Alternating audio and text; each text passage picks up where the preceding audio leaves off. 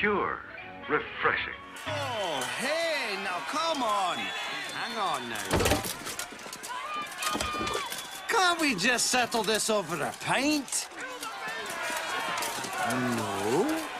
All right, then. Come on!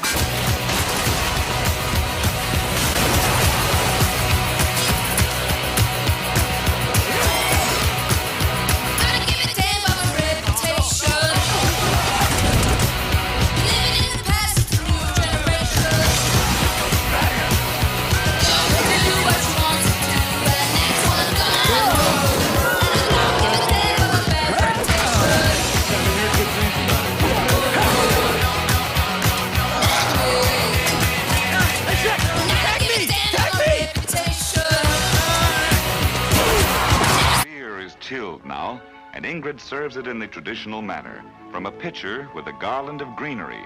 Mmm. These guys find the kind of relaxation and release they need in a cold glass of beer. For them, only beer does it.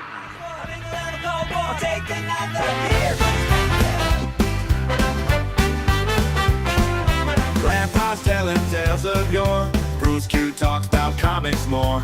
Norm's got jokes that we adore. Hawk's our mascot, hear it roar. 3BeerMen drinking in the streams, laughing like there's no tomorrow. Hawk's loud squirrel praising the bars, filled with joy, never sorrow. Grandpa's got his old school tricks, Bruce Q's latest adventure and more. Norm with laughs that'll mix, Hawk circles watch him soar. Beer cans clinking, stories unfold. Nights like these are pure gold. These memories bold, never sold. In Twilight's glow time behold. Everyone needs a night like this, full of stories can't be missed. Simple joys, pure bliss. In each sip, there's a twist.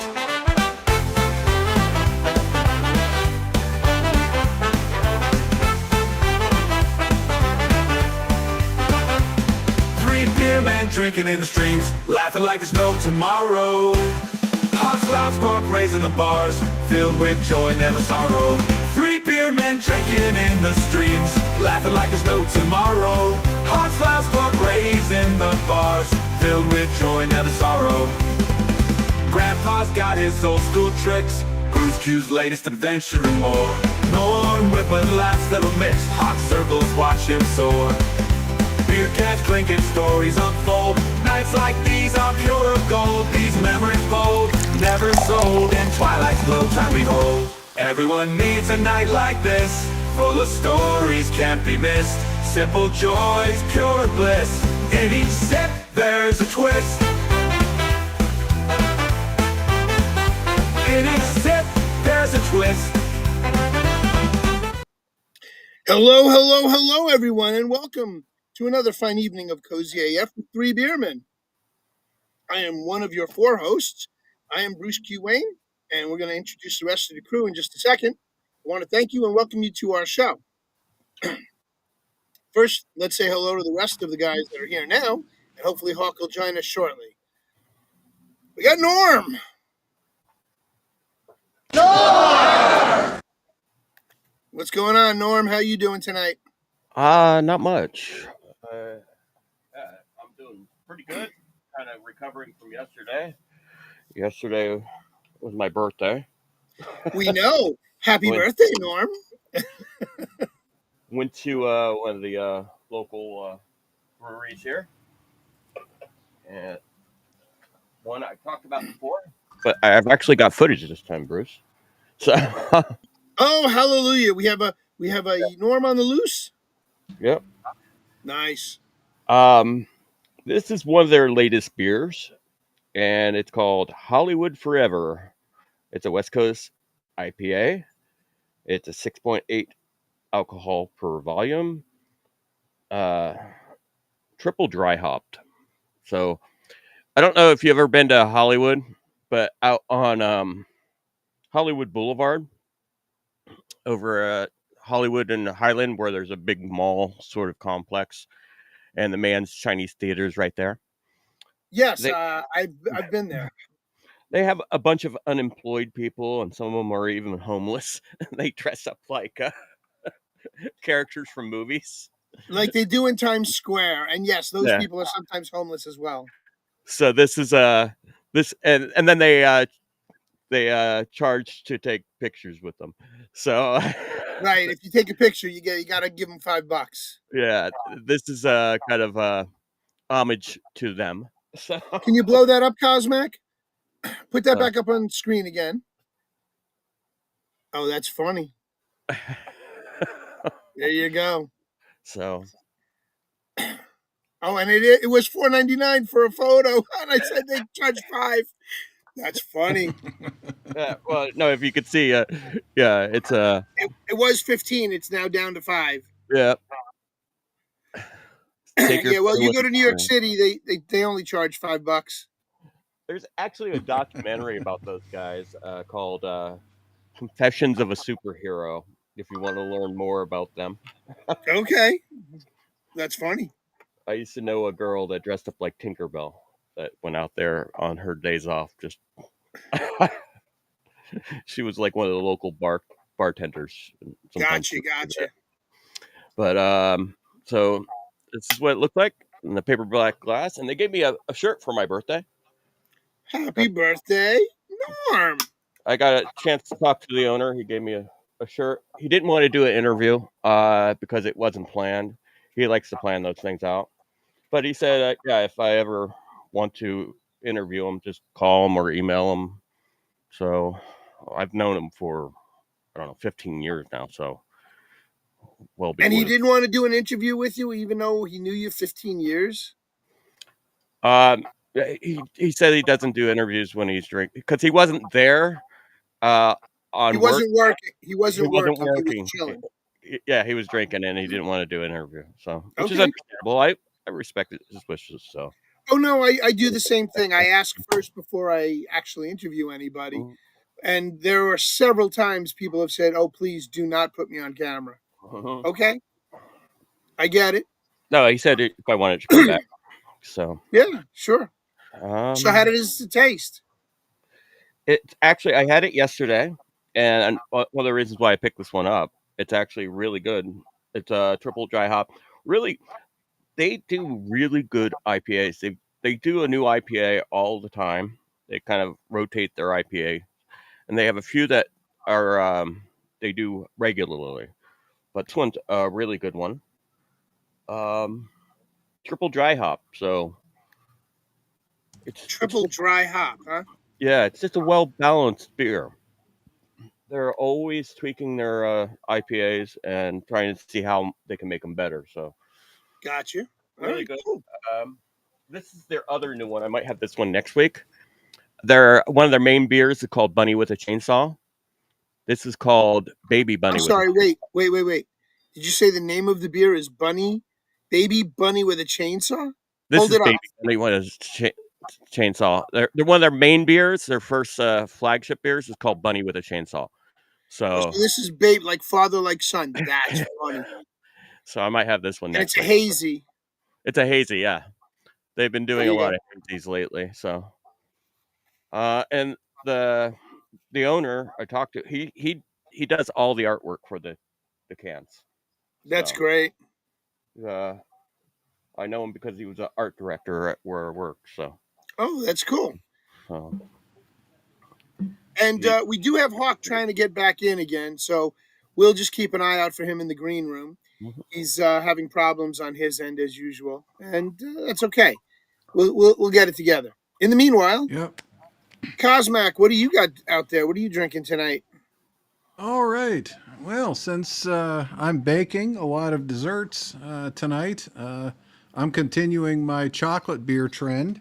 This time I am having a beer called Samuel Smith's Chocolate Stout. And Samuel Smith is actually an English brewery, and stouts are ales, so that makes this an English ale imported from Samuel Smith Brewery in North Yorkshire, England.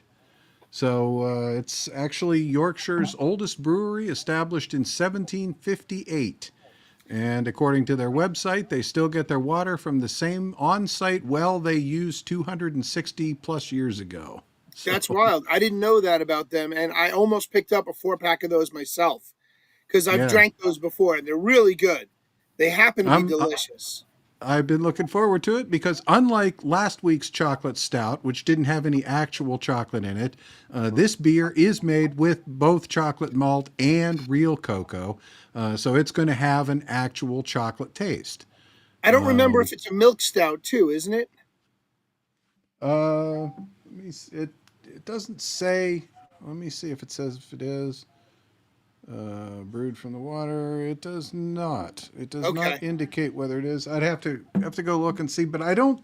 Well, I don't sense. Well, I'll tell you in a second. Yeah, sure.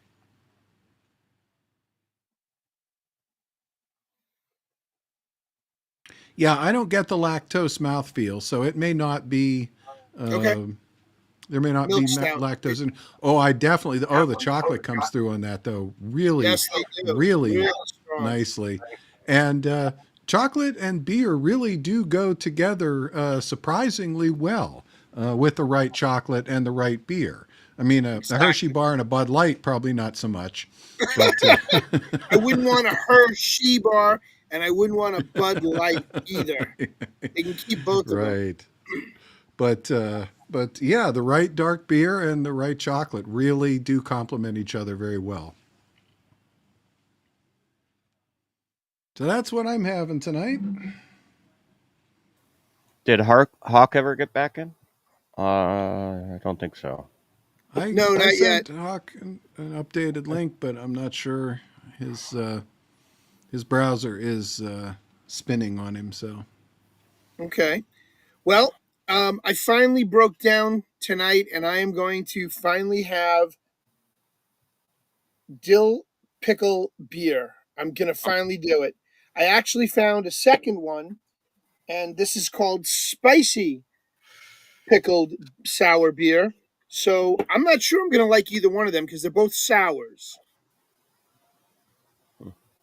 And I am not a sour guy, but I'm going to give it a shot. So we're going to start with the one, and then we're going to finish with the spicy if I like the first one. If I don't, we ain't going there for the second one. I'm just going to have to give it away somebody. Hold on a second. I left my glass up on the shelf. Give me 1 second, guys.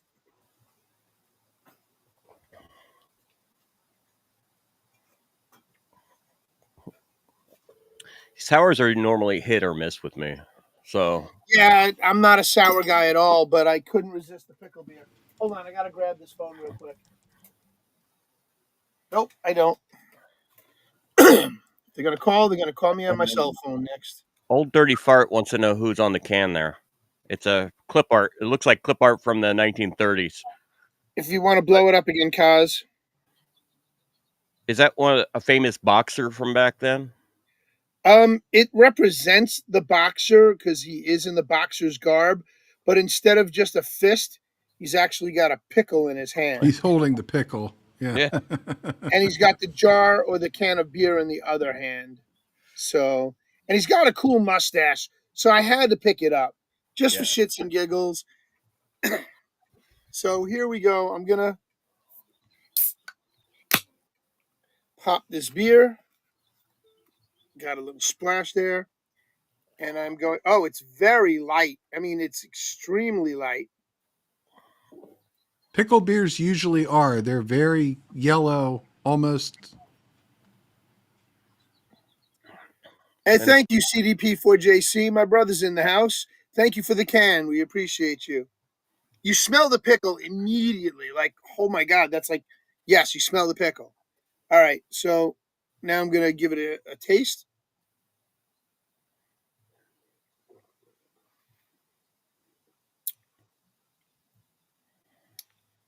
It tastes like fermented pickle brine, and I drink pickle brine.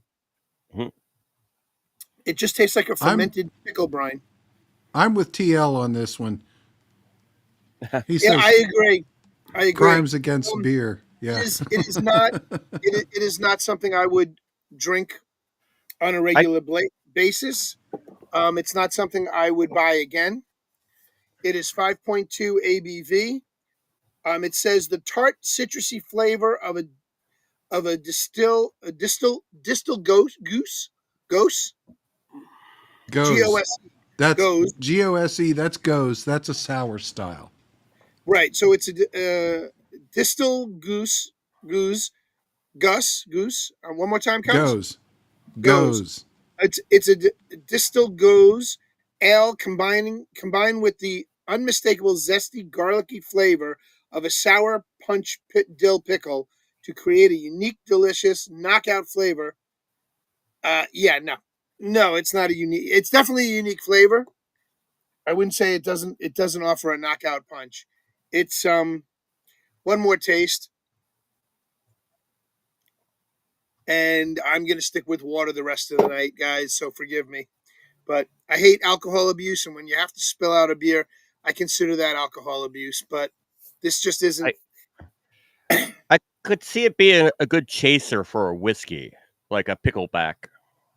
You know how they you ever have a pickleback where you have a shot of whiskey and then you have a shot of pickle juice? No, I've never done that. Never heard of that before. Okay, It's called a pickle. It's called a pickleback. So yeah. And so this is Belushi with a raid jumping in with 19 more people. Thank you, Belushi. But yeah, this is the beer. Do not buy it. It's a Trader Joe's thing. Don't waste your money. Don't I waste your time. It is I not good. I don't like it goes even when it's not polluted with pickles. And I happen to despise pickles. So that's that would be the I'm worst case not. for me. Yeah, I like pickles. I like sour pickles. I like dill, but I am not a big sour beer guy in general. And yeah, so I'm giving this one away. Somebody else can drink it tonight. Yeah, I hear you, TL. I'm not looking for garlic notes either in my beer. But hey, dirty old fatties Chocolate. in the house with Madness Entertainment Group. Hello, everybody. Good to see you out there. Um, so that being said, I think we should just jump into the chats and say hello to everybody. but I'm gonna wait. I'm gonna wait to read the pilled chats at the end because I have it in front of me. But I'll let you guys start with the others. I forgot to mention about this beer. It's part of the beer nerds, the hop lovers beer nerds series. Series. There you So go. this is a series. They also had the uh like around Halloween time they had the dime store or the dollar store heroes. I think I have on had on the show before, but I'll be exploring more of that series. So just want to let you know that. Very cool. Very cool. Mhm. So All we just right. got Well, back. starting over in the lesser followed. There's nobody over on the Twitch just yet or the Odyssey. We do have one visitor in the Rumble. That's Gypsy9999. So pickle beer, Bruce Wayne, gross. Uh, Yes, indeed, it and was. It was gross. over on the Madness Comic Network on YouTube. Uh, We have tonight. Let's see who all we have. We We have Hawk have saying yeah, he's having Hawk. problems. Yeah, Hawk is in there having some troubles. We've got Old Dirty Fatty. He's a fan of the network. Madness Entertainment Group. Always good to see you, Pops. Uh, I think that's and Deepak Shakur.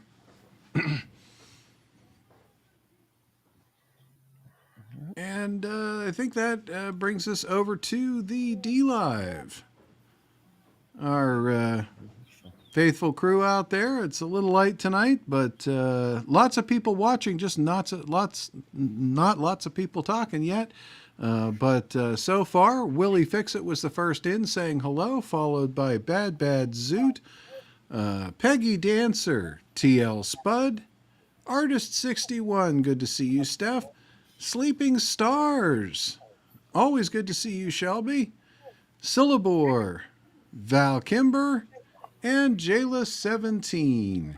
And a couple of quick notes. TL had mentioned that his dad is in the hospital. So let's shoot out a few prayers for TL's dad. And Shelby mentioned that AC and Sheeple Beware are under a tornado warning where they are tonight. So let's send some good anti-wind thoughts their way. And Deepak is also recovering from some recent medical issues. So throw some prayers out her way as well. It'd be appreciated.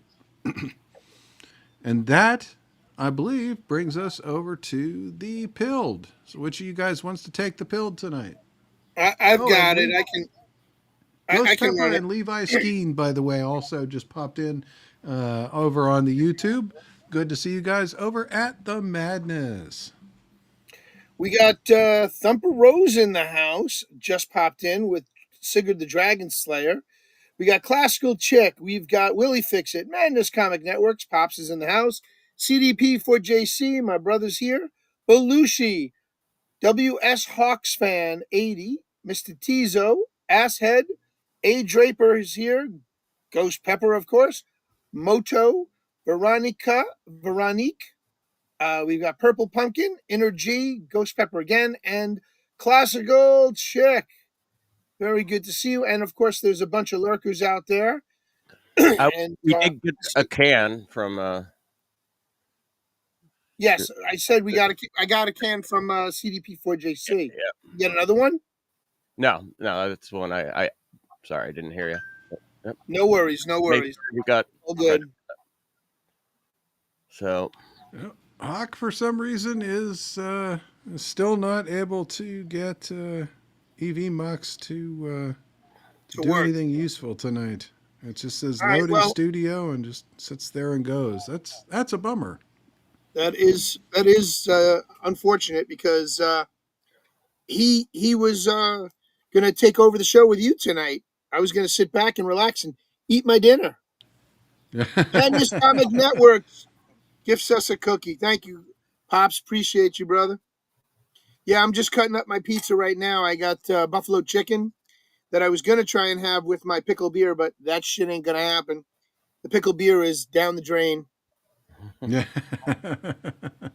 I won't even use it to cook my meat in it. You know, it's funny you say that. A beer that both Norm and I had on the show, it was Jubal Ale. I forget who's it. Oh, it was Deschutes. Yeah. Jubal Ale. We both had it at Christmas, and I had half a 12-pack of it left over, and I tried cooking with it the other. I won't even cook with it now. It's done. It's Adios. Like I said, I hate to call it alcohol abuse, but when it's that bad, it's not abuse. It's you're saving yourself the tortures of having to drink it. yeah. Sometimes I try to make bread with beer that I don't like. So, but And wait. Deplorable Farmer's invisibility cloak is working, but he's in the house. He popped in because he was lurking from the background. well, it was working very effectively, at least right until that moment, right? There you go. yeah, we did. Right. Well, why don't we go ahead? What were you gonna say? We got a cookie. So, Oh, that's from funny. Madness. Ghost Pepper sent me a dill with it sticker. Can you pull it up, Cosmac? Put it up on the screen for everybody to see. That's very funny. From Pilled. That's actually hysterical. It's green when you it's green, so it doesn't Pilled. really doesn't show up very well on the overlay. But it's a giant pickle with legs. It kind of looks like Pickle Rick, but yeah, it's unfortunate the beer tasted so bad. But I digress. Cosmac, you got a This Week in Beer for us? I do have a little bit of This Week in Beer for us. Let's see what we got. So, a little last minute news that I didn't pop up any pictures for because I just saw this right before the show. The announcement that guest Joe Biden has aggressive prostate cancer, so aggressive that it's already metastasized into bone cancer. So, and this is, how long has it been since he left office? 4 months?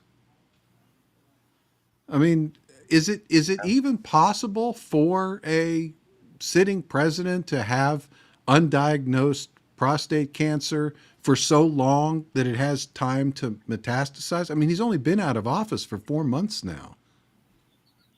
Yeah. Or did they just not tell us?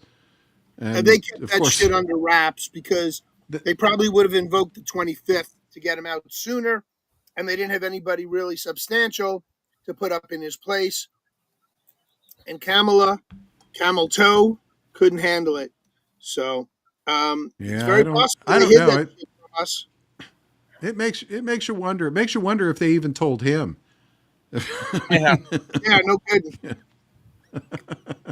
Well, anyway, that was not on my original This Week in Beer list. It just was news. I saw it because Styx Hexenhammer released a piece on it right before the show, and it just that kind of caught my attention as yet another sign. I mean, they would have definitely pushed him right into office, and 4 months after he was into his second term, they'd have told us. We're going to have President Kamala. So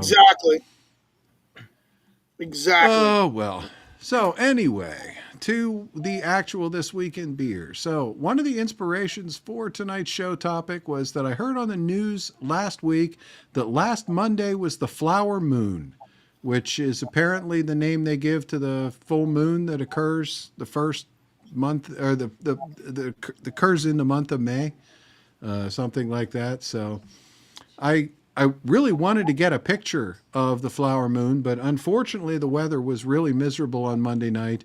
But luckily there was just enough of a break in the clouds for me to quickly snap this picture. So I was able to confirm that it is indeed the flower moon, and that sent me on a baking spree.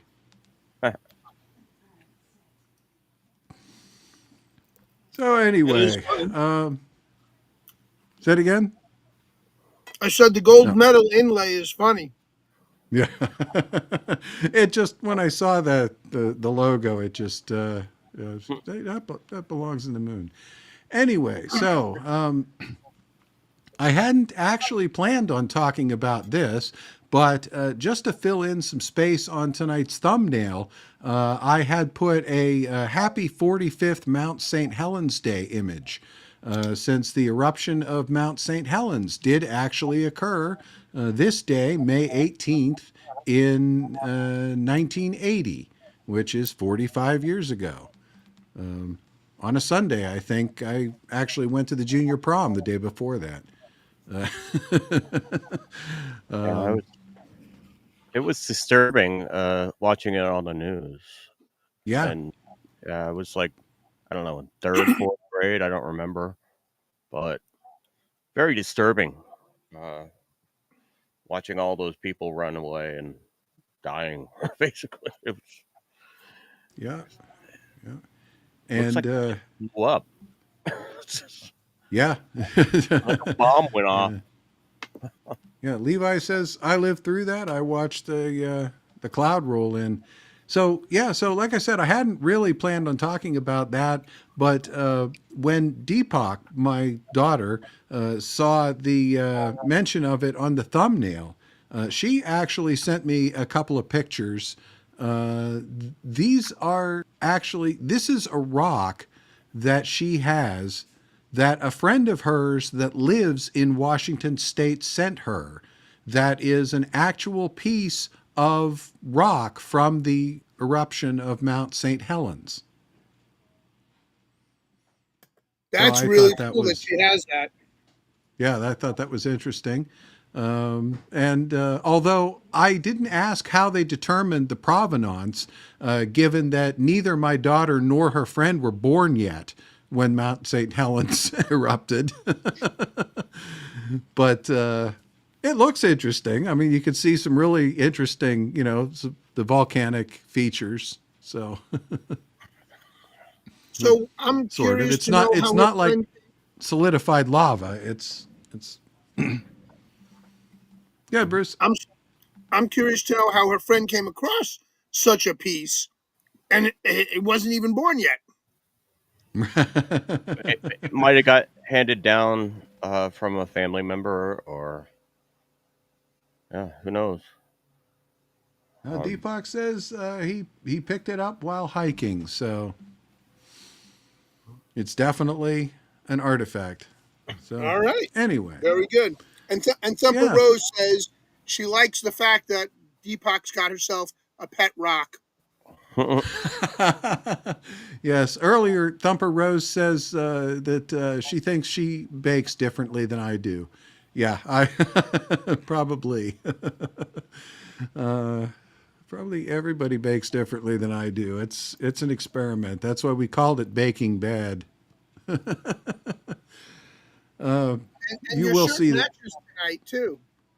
Say what? And your shirt matches it tonight too. Yeah, the shirt that I'm wearing tonight actually is for Heisenbrow, Blue Ice, which is a joke from the Breaking Bad show. If you're A familiar spoof on Breaking Bad. There's so many of those. I love it. with Breaking Bad at all, you know. You're goddamn right.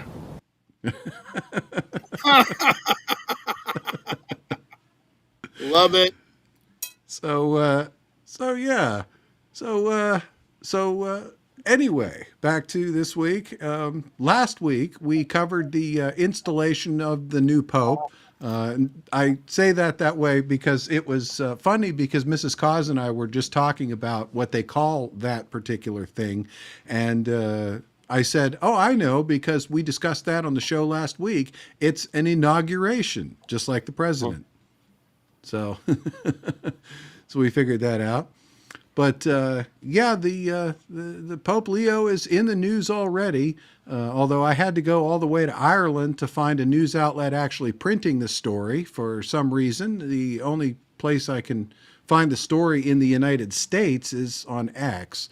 But anyway, Pope Leo apparently has come out and said that he believes that a family is based on a stable union between a man and a woman with no disambiguation as to what constitutes a man or a woman. And he even went so far as to say that the unborn and the elderly enjoy dignity as God's creatures and should be equally respected. So there's Love that. some radical opinions. I love that he's so outspoken too about it. Yeah. Well, he'd be better be careful, or he's liable to get himself John Paul the Firsted. Mm-hmm. You may remember John Paul the First. He was the Pope that died 33 days after being elected Pope in 1978. And then it was John Paul the Second. Then it was John Paul II for the next 27 years until his death in 2005. And by an amazing coincidence, today, May 18th, would have been John Paul II's 105th birthday. Wow. And I believe he was the first pope that wasn't Italian. Correct. At least the first Polish. one in, 1,000 years. Yeah. Because I remember it well because in high school we had the running joke, is the Pope Polish? Because until then the answer to any question for which the answer was yes is the Pope Italian, and then it became, is the Pope Polish? And that That's like, is the bear shit in the woods? Yeah, same thing. right. Yeah, is the Pope Italian? So a little bit of a personal rant, and Bruce will appreciate this one in particular. When we came back from, when he came out to visit a little over a month and a half ago for Steel City Con. We took a trip up to the Computer Museum one afternoon after con, and the way that Google Maps directed me to drive up there took me up a stretch of road called the Pennsylvania Turnpike, Route 76, which connects the New Jersey side of the state with the Ohio side of the state. So if you're ever driving between Pittsburgh and Philadelphia, chances are you've spent some time and some money on the Pennsylvania Turnpike. You would have come in that way, Bruce.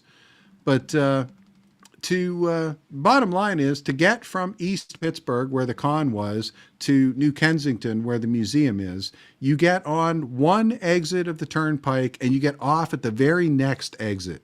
So it's like 9 miles. Took less than 10 minutes to drive. And exit 57 to exit 48.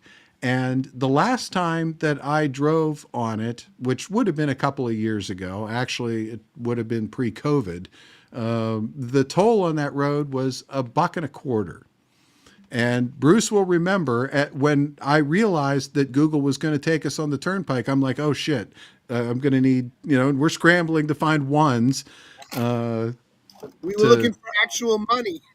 Yeah, looking for actual change, because that's the way the toll booths in Pennsylvania work, or at least that's the way they used to work.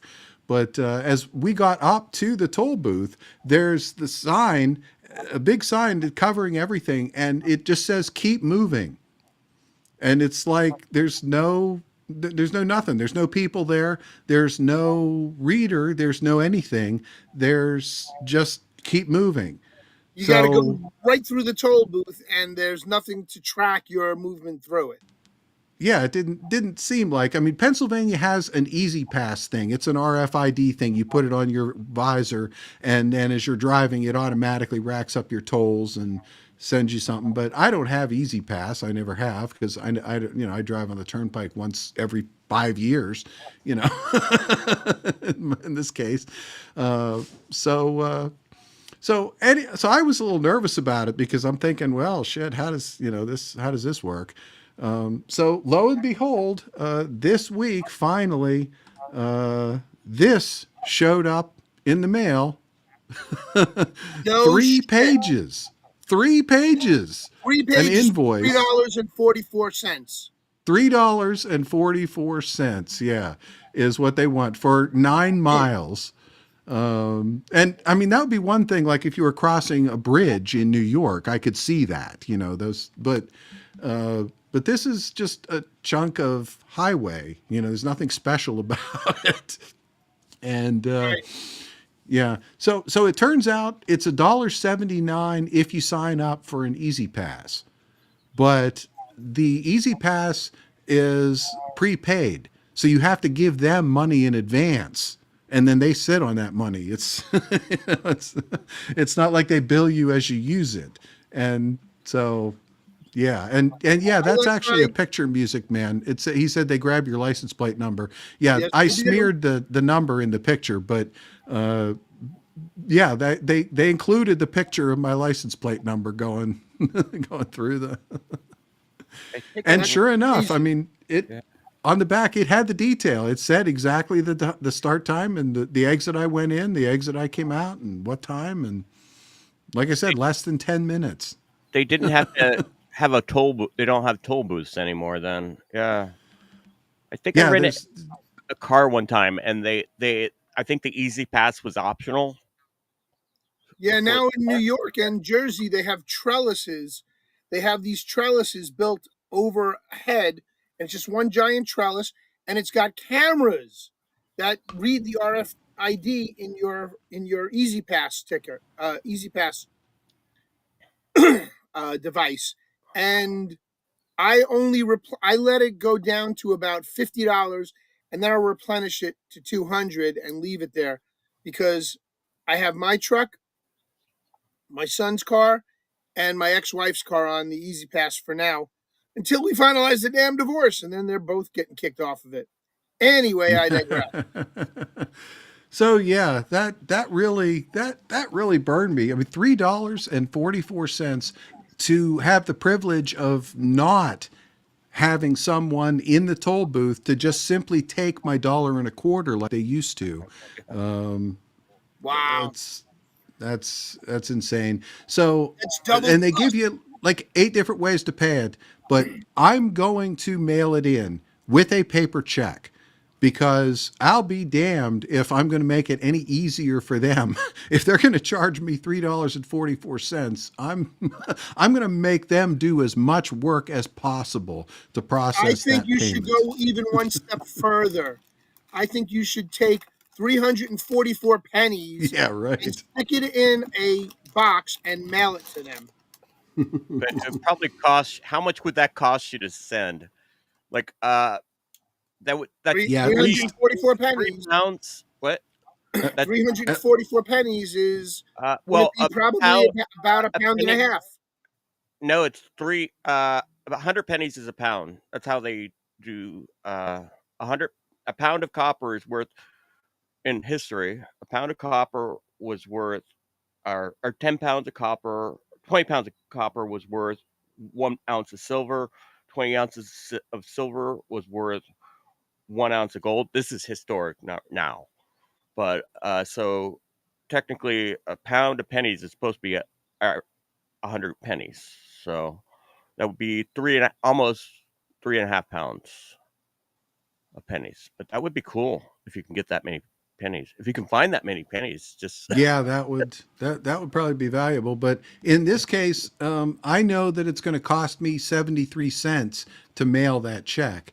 And when the hell did first class stamps start costing 73 cents? Yeah, no, That's no shit. insane. how much is a phone call now? I haven't made a.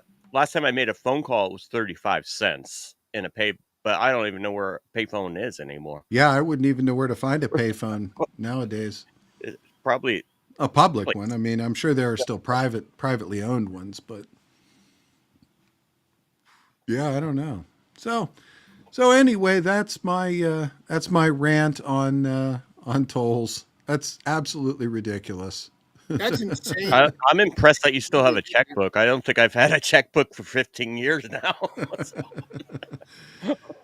Well, Mrs. still have Cause a checkbook?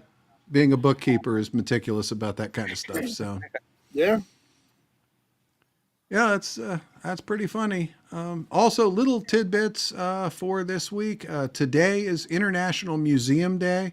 I only know that because I happen to curate a museum. And this Tuesday, if you are in Pennsylvania, is primary election day.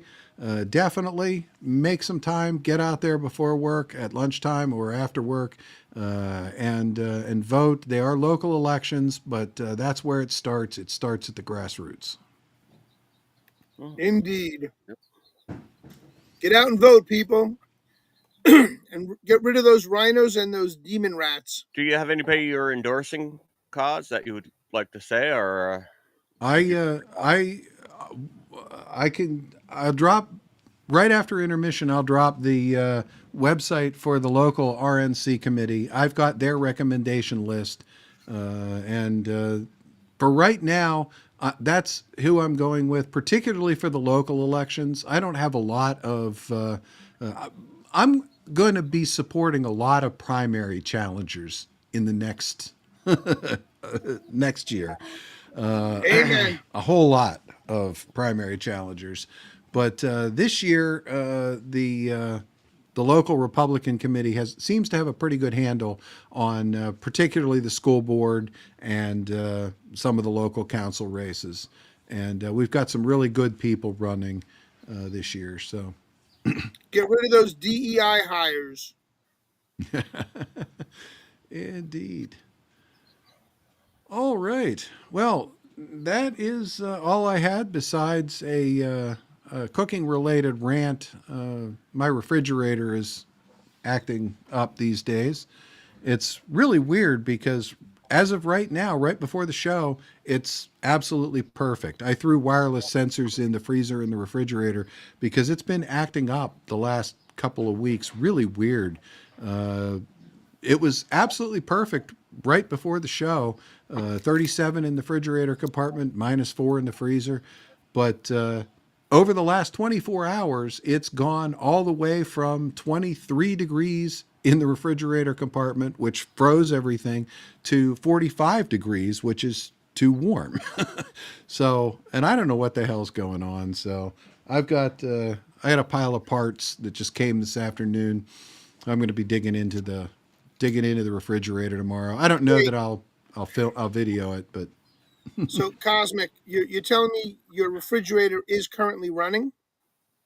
it is, but I have to keep an eye on the temperature I because would I say can keep an never. eye on the refrigerator. You don't want it running down the street. Yeah, Right. that reminds me of an old prank call that we used to do in junior high. Is your refrigerator running? You better go catch it. That's where Yeah. I was. That's where I was going with it, Yeah, Norm. That's Val where I was going. Val beat you all to it in the chats. So yeah, and I want to say hi to Magatic. He came in to I was just going to say that too. Go ahead, Norm. Finish it yeah, up. we're having a fire safety check in the chat, so keep your fires under control, unless you're in Odyssey, of course. indeed, So, Timberjet says I'm 400 miles from St. Helens. All our pots and pans came off the walls, and the chimney fell off. So, Wow. Wow. well, it was a significant earthquake. I replayed a video of it. I didn't queue it up to play here, but I was replaying a video of it earlier and of an eyewitness, and yeah, it's a pretty significant earthquake. So we're probably You a know, thousand. I vaguely remember it. I don't remember it so well as like you do, but I guess because it didn't really affect me here. It I was think it before my was, parents were in Pennsylvania, so we didn't have to worry about that. And then we were all still on Long Island.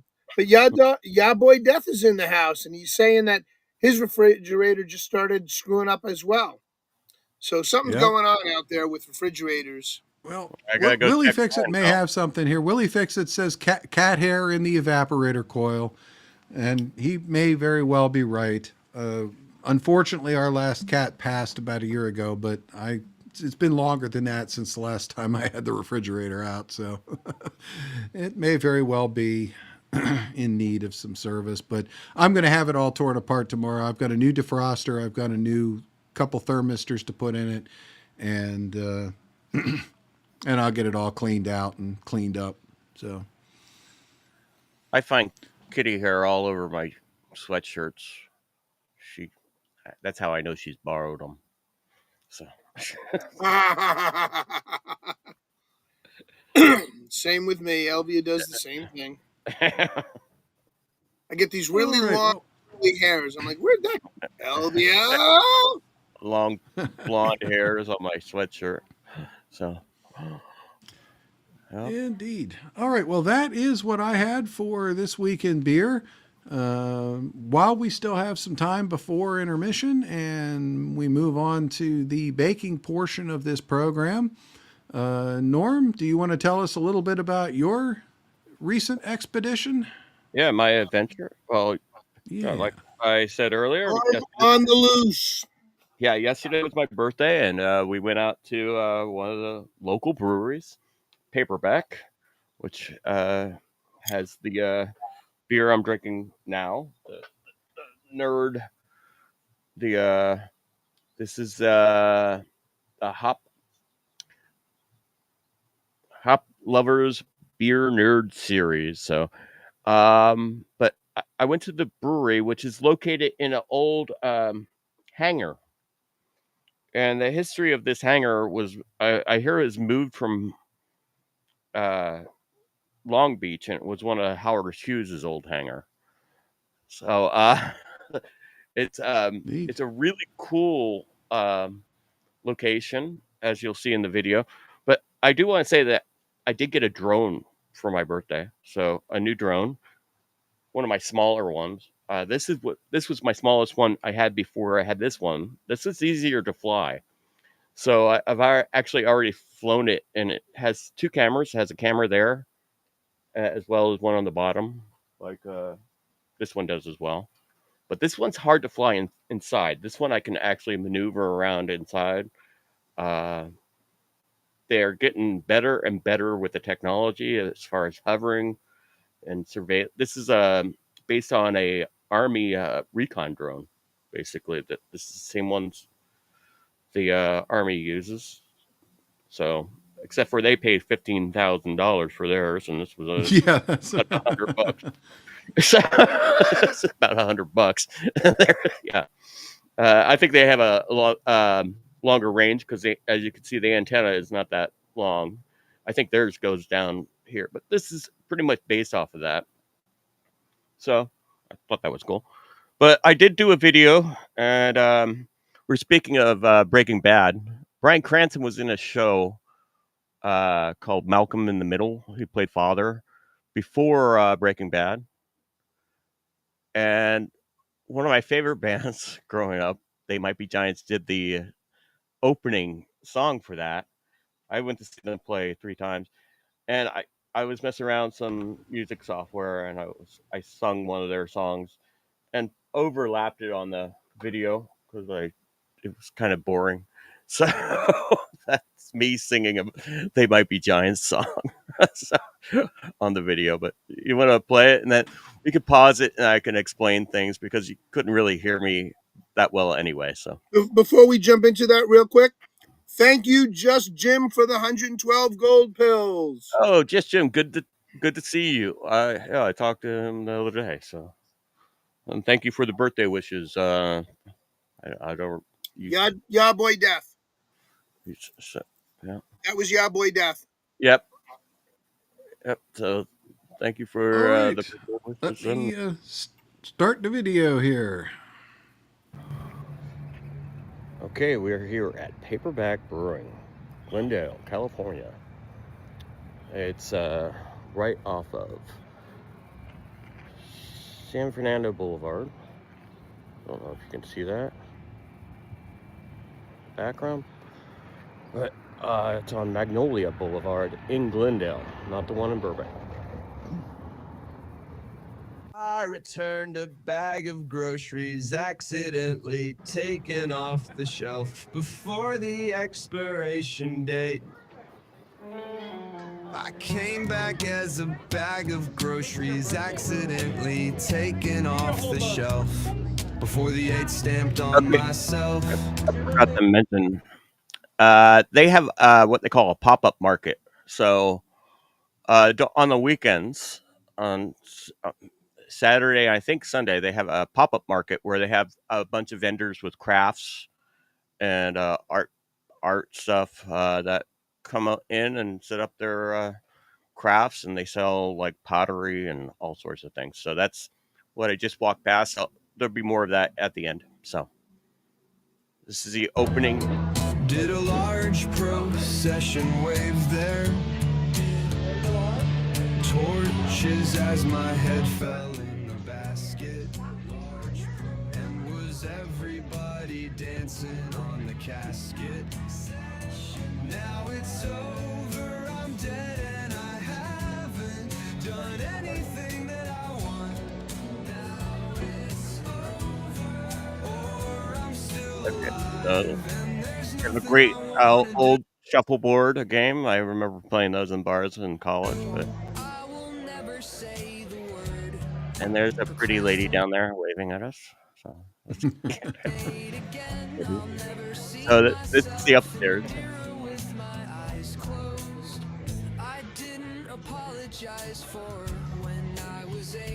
I almost fell filming and walking down the stairs, but Kitty was actually impressed that I actually could walk down the stairs.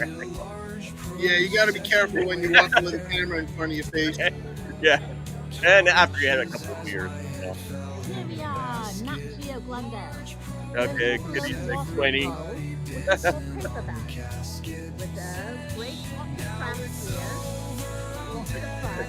And they're dog friendly. Everyone is welcome. Everybody has a dog. Happy birthday, and we will continue The beer I have in front of me is the baby bunny. Okay, if we can pause it here. We got the sampler. And the way you check out the sampler is They give you like a library card, like you would have in the library, and then you fill out the beers you want on the library card. You'll see this later, and then they give them to you in a card catalog. Uh, like That's actually really cool. Card catalog 'cause drawer from a it, library. it it's because it's paperback, and they named their brewery paperback because every beer has a story, and that's one of the things. But yeah, it's a card catalog, and I'll have a picture of the card catalog later. But and those are the beers we chose, and they give us little samples. So yeah, card catalog, like a library card catalog. And then So are those flight glasses, Norm? yeah, they're like 1 ounce, like, or I'm not sure how. Probably The flight glasses. probably 4 ounce. 4 ounces, yeah. But if you read this, if you pause it, Sick. I There think we I have go. a better shot of it though. It was you could read it, and it says, if this book is damaged, you will be beaten, eaten, and maltreated. I think it says. I can't quite see it, but keep the book clean. So, and those are all the beers I had: Hollywood Forever, Magic Mindbender, Baby Bunny with a Chainsaw, A Fear of a Flat Planet, which I've actually had on the show before, and Attack of the Space Cats. I think I had that one on the show as well. So, okay. I was just looking to see, Norm, if the picture that you sent me would come out any better. Well, let me run the rest of the way through this first. Yeah. You can read the whole thing. I came back as a bag of groceries accidentally taken off the shelf before the date stamped on myself. You take the next shot. There's the card catalog. Okay, see, we're the only two having flights because the card catalog is but it's like an old library card catalog, like the one at the library that my mom used to work at. That's great. Yeah. Jim just donated another 162 gold pills. The Brewy Dewey Decimal System. Yeah.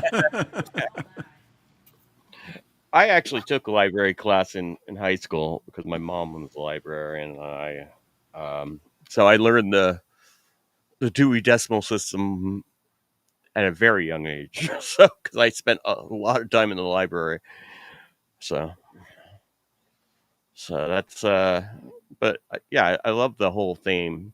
So you can go forward here, and there's all the beers they have to go. There's a better picture. There's the baby bunny where we put it up. This is the outside at the pop-up market. Some of the crafts they have. So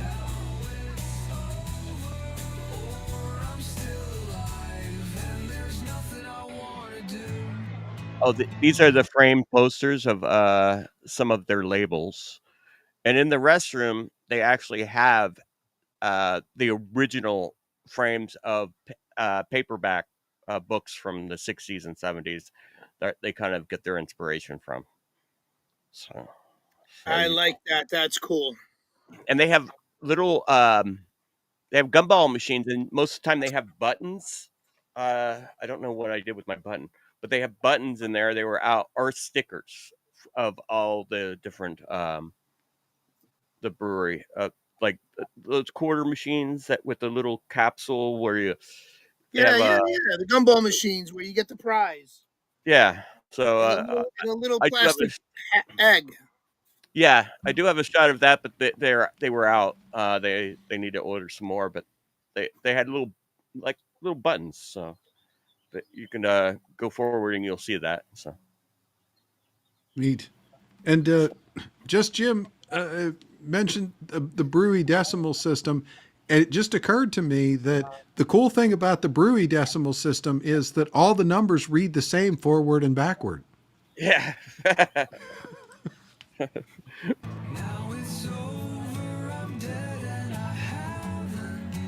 those are the buttons of the flare, and then So are the there are buttons of their frames. covers or are the buttons of Yeah, something else? no, the buttons are all their covers. That's cool. They call it flare gear. So of some of their labels. These are some of their labels here. So Kitty scolded me for for going through them too fast, but in the bathroom they actually have the original paperback covers from. So these are like some of the original covers that they get their inspiration from. So the time period.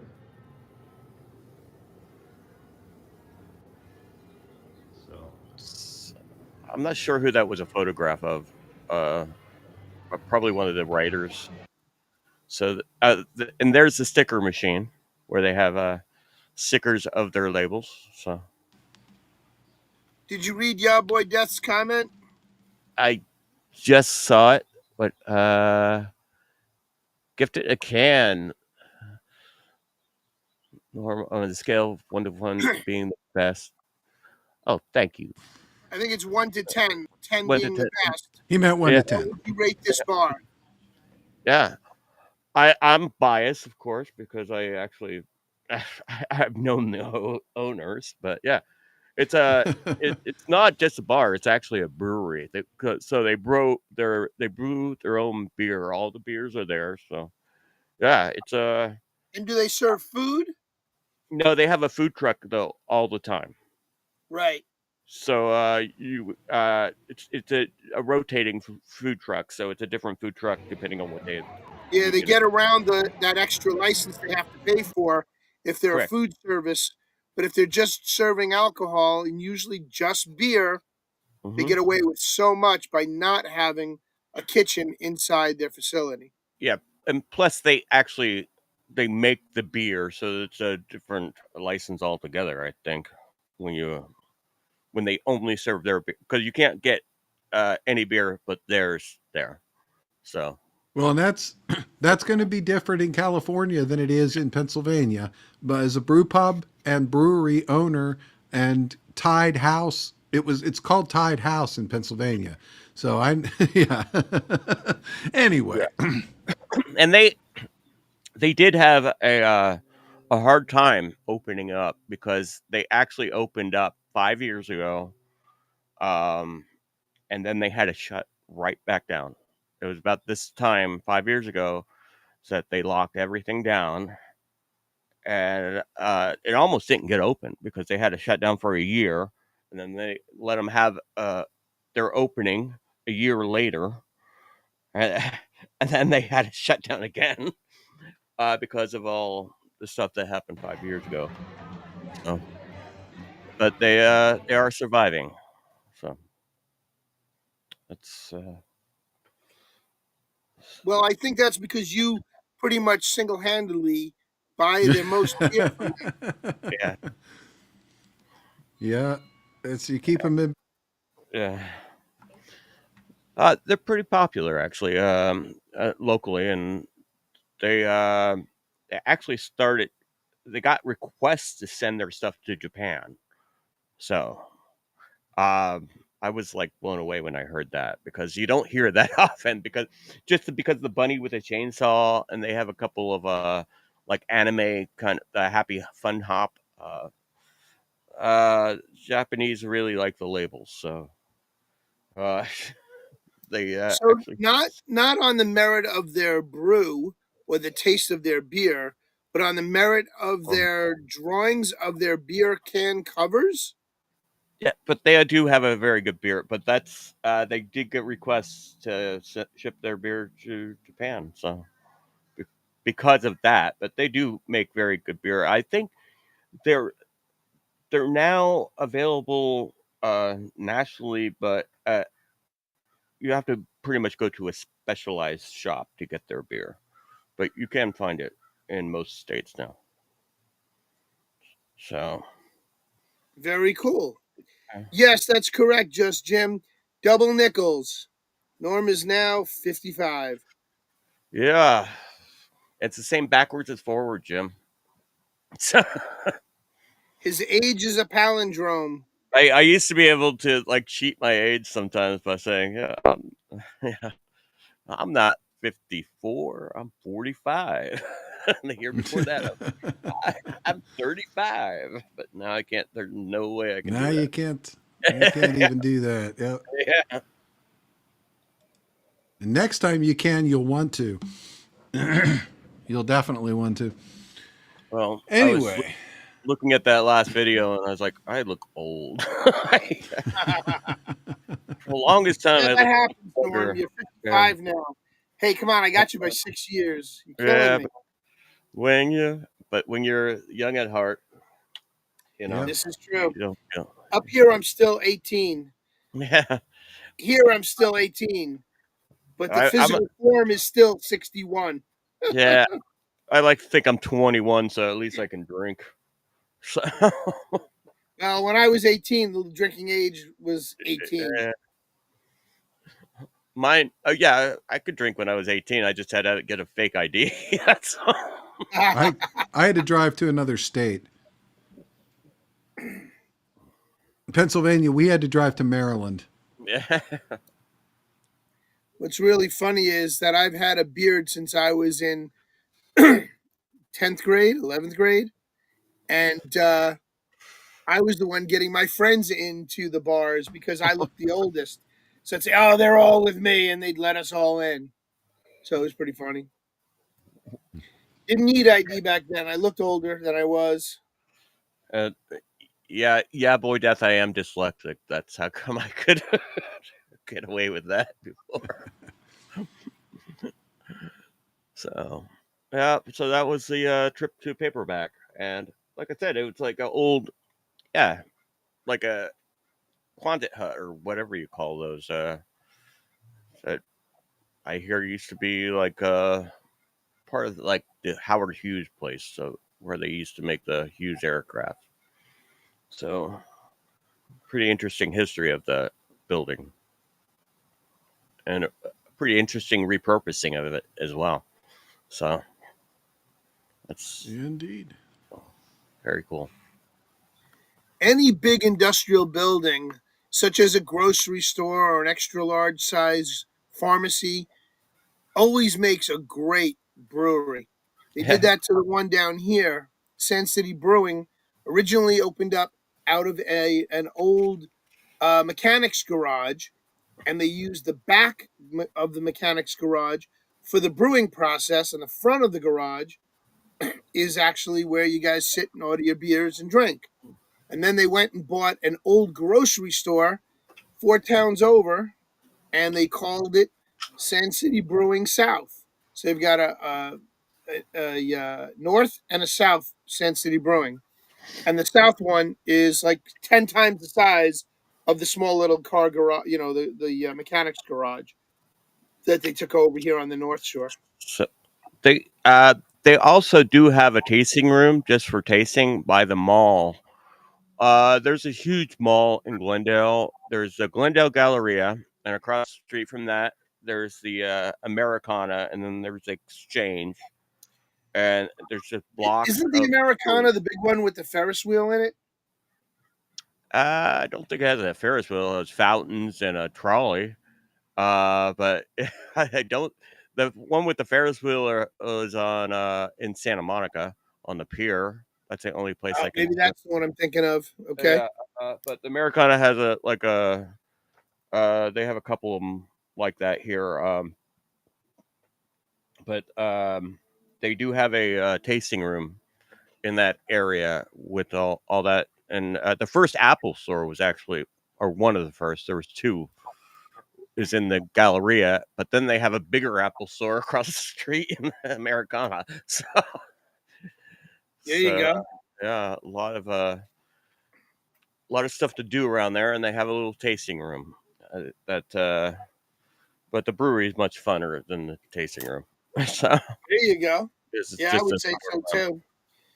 You just have a lot more things around it to do at the tasting room. Well, the tasting room, you got to focus on what you're doing, and you're tasting beer. So you want to smell it, you want to swish it around in your mouth, you want to gargle it, you want to swig it, you want to taste it. So, if you're ever in Glendale, California, just check them out. So they're pretty good.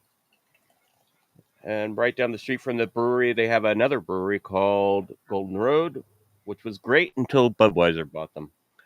So, and then there's a couple of smaller breweries around the area too, called the Brew Yard and Trustworthy in Burbank. So there you go. Want to go? Deplorable Farmer's saying old high schools too. I guess he's referring to making them into breweries? into a brewery. There is a brewery in that was turned into in Colorado Springs that they did. They actually turned the old high school into a mall, and I can't remember what brewery it is. It starts with a B. I was there, but yeah, it was in an old high school. All right. So that's just really cool repurposing of older buildings to keep their And so Atrocity. Oh, I missed that one. I was going to read that one, Cosmac. Atrocity Press said, "Been to the JD distillery. That place smells like garbage." LOL. Yep, Jack Daniels. Isn't that in a dry county too, in Lynchburg, Tennessee? So I believe you may be right. Yeah, I think I remember reading something about that. I remember alcohol. You're just not allowed to drink it, so they can't even do taste tests. Yeah.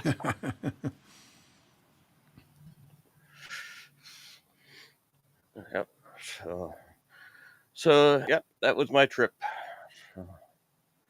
All right. We're gonna have a intermission now. I was just gonna say, why don't we hit the intermission because we are 8 minutes in, and all right, we can go right into our cooking segment for the rest of the show. Since indeed, well, our intermission actually starts with a little bit of a Baking Bad crossover. So we'll be back in a few minutes.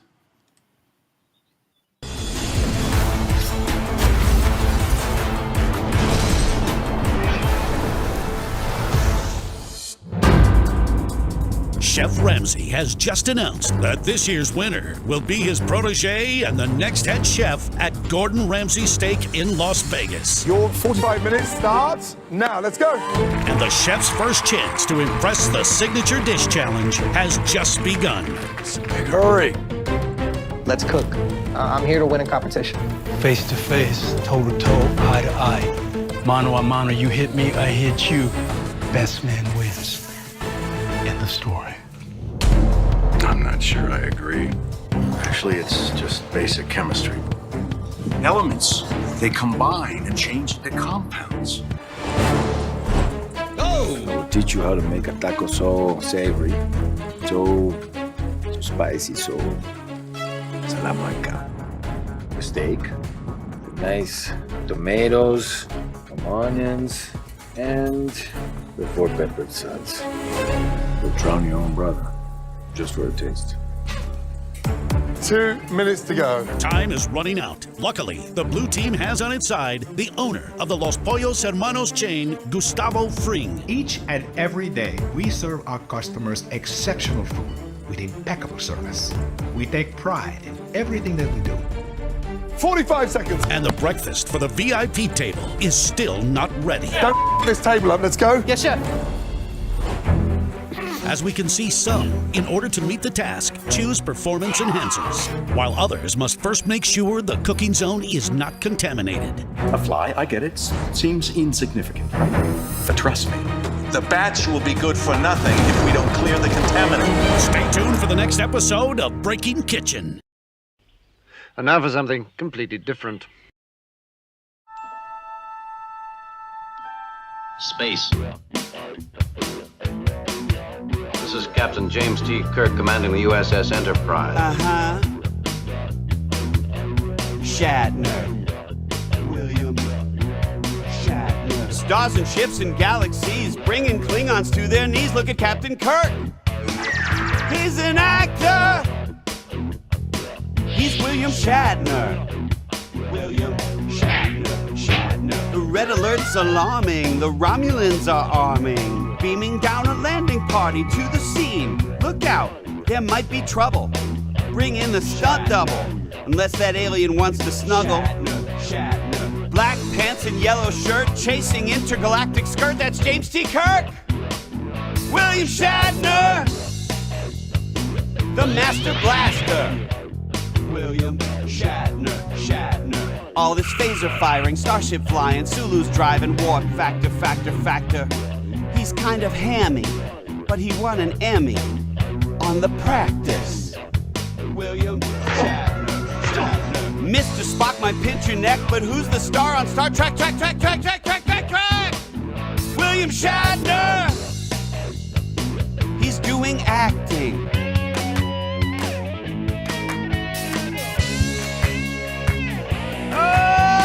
Energize. William Shatner. He's Bill Shatner. Always saying, Scotty, beam me up. He was also TJ. He got tribbles on the Enterprise, Horta's uptown. What a mess. His ship is captured, but he's on a mattress with a character actress. Getting action all over that planet. This town is full of sabotagers. Go ahead, fight the big Apollo. Don't mind the Mugatos. Uh-huh. He's hitting on ya. He's drinking Tranya. He'll rap a Kanya. All this chitter-chat about the matter. Antimatter, antimatter. The Rocket Man in command. Give him a big hand, William Shatner. Kirk out.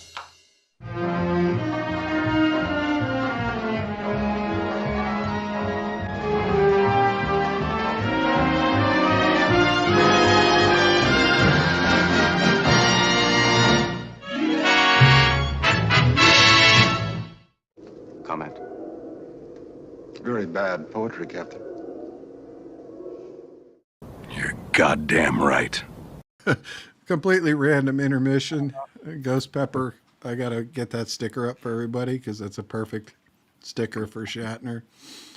It's from Twilight Zone. Yeah. He did a lot of things, as you see in that when you watch that video. He was in a lot of different things. I remember he wasn't just Captain Kirk. When I first moved to LA, I made some extra money by sitting in audiences of sitcoms, and one of them was Third Rock from the Sun, and he was on. He was the big head on Third Rock from the Sun, and then he came out off this plane. And he's like, there was something horrible that happened. There was a little man, and he was like digging away at the engine, and Jonathan Lithgow goes, the same thing happened to me, and because of the Twilight Zone movie was Jonathan Lithgow. And it's actually very so indeed. Remember that? As long as we're telling Star Trek jokes, I saw this one, this little meme here, right before the show. It's in case you can't read it. Data is saying, Geordi, the beef for dinner is available in portions of 2, 3, 5, 7, and 11 ounces. Which would you like? And Geordi says, what's with all the weird sizes, Data? And Data says, it's prime rib.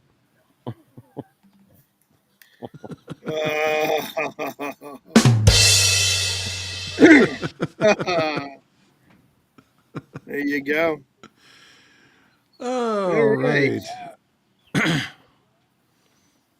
So why don't we dive into the cooking? All right. Well, let's dive into a little baking. I figured I had enough baking stuff left over to fudge a second half of the show.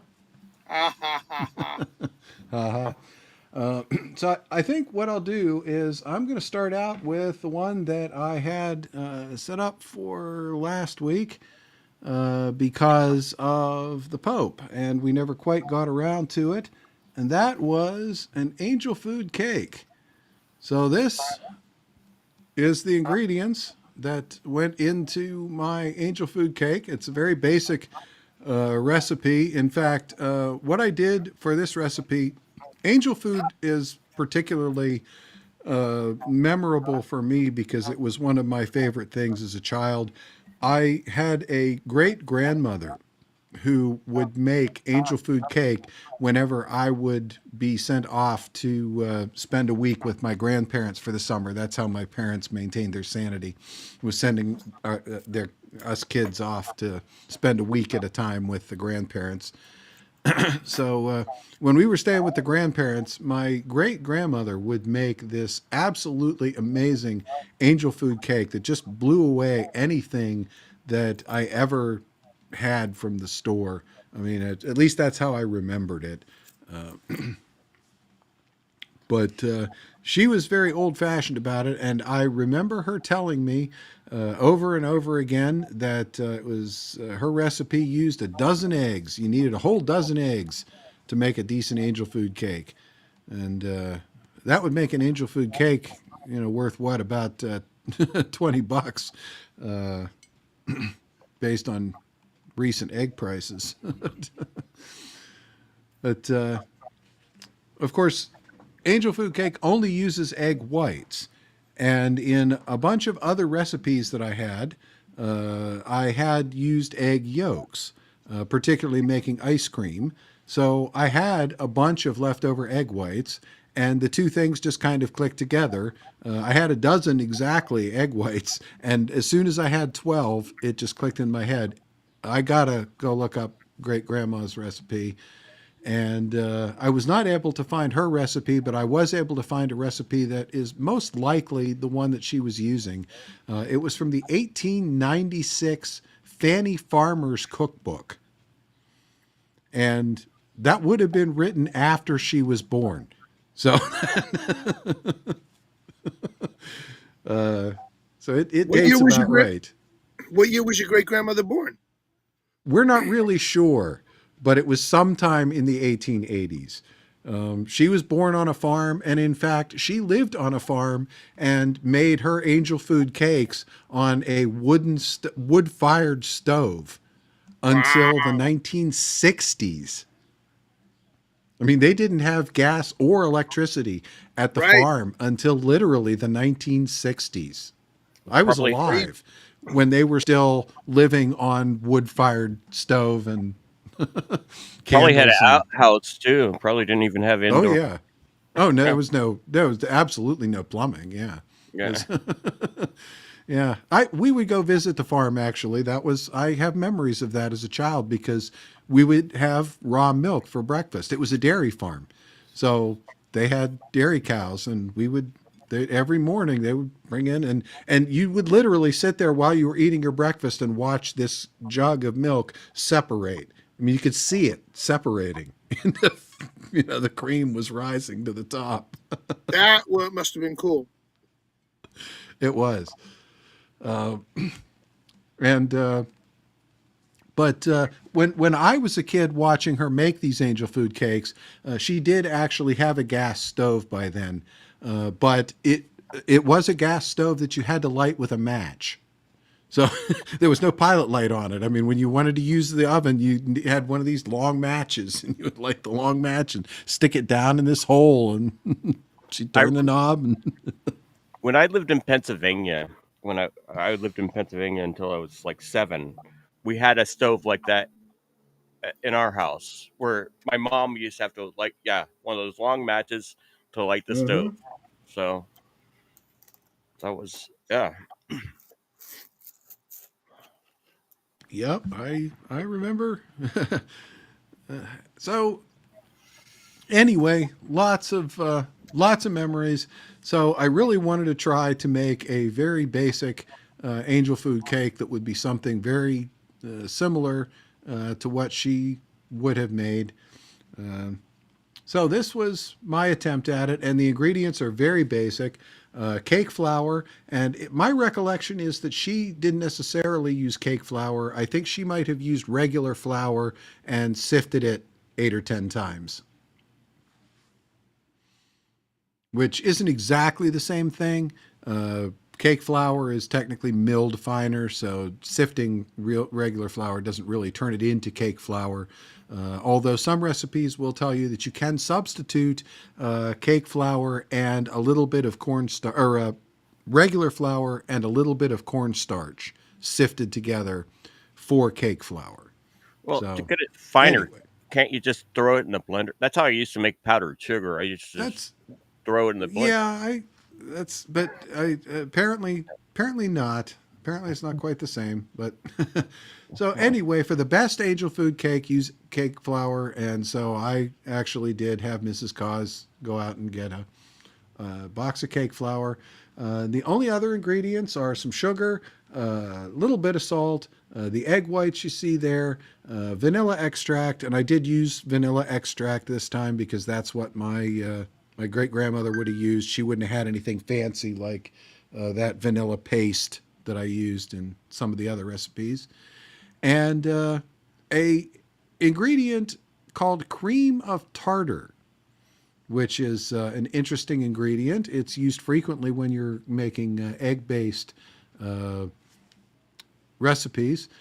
Cream of tartar is actually a dry powder, and it's a byproduct of winemaking, interestingly enough, which I didn't know until I did some research on it. But yeah, it's also called potassium bitartrate, and it's found in grapes. Wait. Is that the same powder they use for the tartar sauce? I don't think so. Okay. It might be. I don't know. I'd have to look that up. I don't know. Yeah. Does it come from Tartaria? I mean, it is tartaric acid. Yeah, it could be from Tartaria, right? But apparently tartaric acid crystallizes during wine fermentation, and cream of tartar is made from those crystals. And that was empty, thankfully. And it's used in baking and cooking as a leavening agent, stabilizer, and flavor enhancer. So cream of tartar. It's what the recipe called for, and I know that it is what my great-grandmother always used. It was kind of like the secret. So another little secret here, by the way, is when you're measuring flour, never scoop the flour into the measuring cup directly. Like, you just use the cup and scoop out the flour, because that's going to get it packed too tightly. The proper technique for measuring flour is to spoon the flour into a cup and then level it off with a knife like I just did right there. So that's an important little bit of technique. Not like you're making an espresso.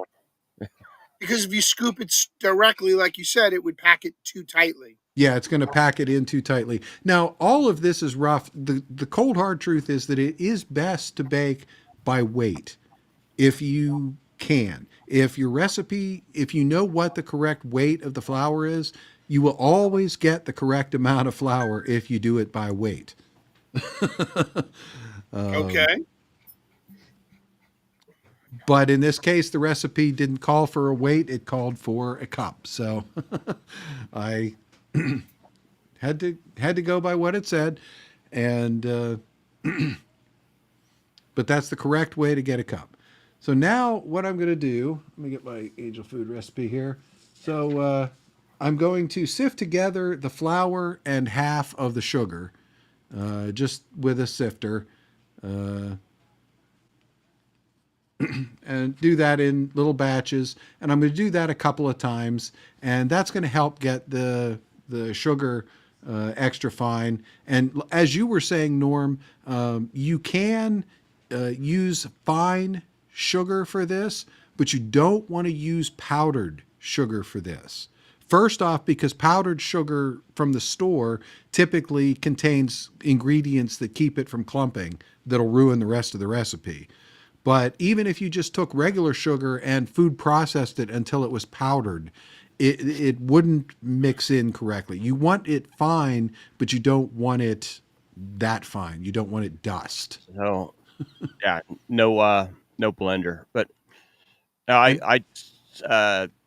I never buy powdered sugar. I always put it into a blender to make my own yeah, powdered sugar yeah, because I don't like the yeah. processed stuff.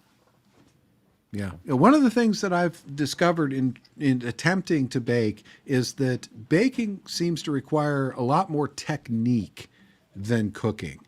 I mean, cooking requires some techniques, but mostly if you follow the recipe and you do what it says when it says, you're going to be all right.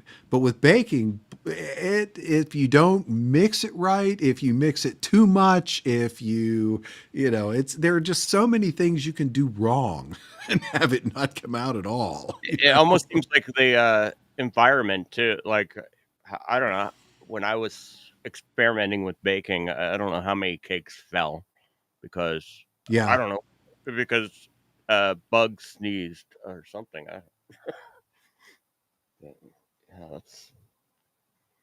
baking is very. And yeah, Wix Vixen said, "Can I just say I love this topic? Baking is science." And yeah, and believe me, as a scientist, I'm finding that out. It's I'm still getting the hang of it. It's anyway. So up next, we're gonna take some vanilla, cream of tartar, and salt. And we're going to take the egg whites and we're going to mix those guys. We're going to start whipping those guys. What we're going to do is we're going to whip those guys, and this is sped up, by the way, until they just get frothy. And then we're going to add the cream of tartar. And then we're going to whip it some more, and that's when it is really going to start to turn into the egg white mixture. I'm sorry, but all I keep hearing is whip it good. And I don't have the video with me in that video lined up, but thank you again to Sandra from Coffee Talk with Sandra for making me a star in the Whip It video. And a quick shout out to Sandra.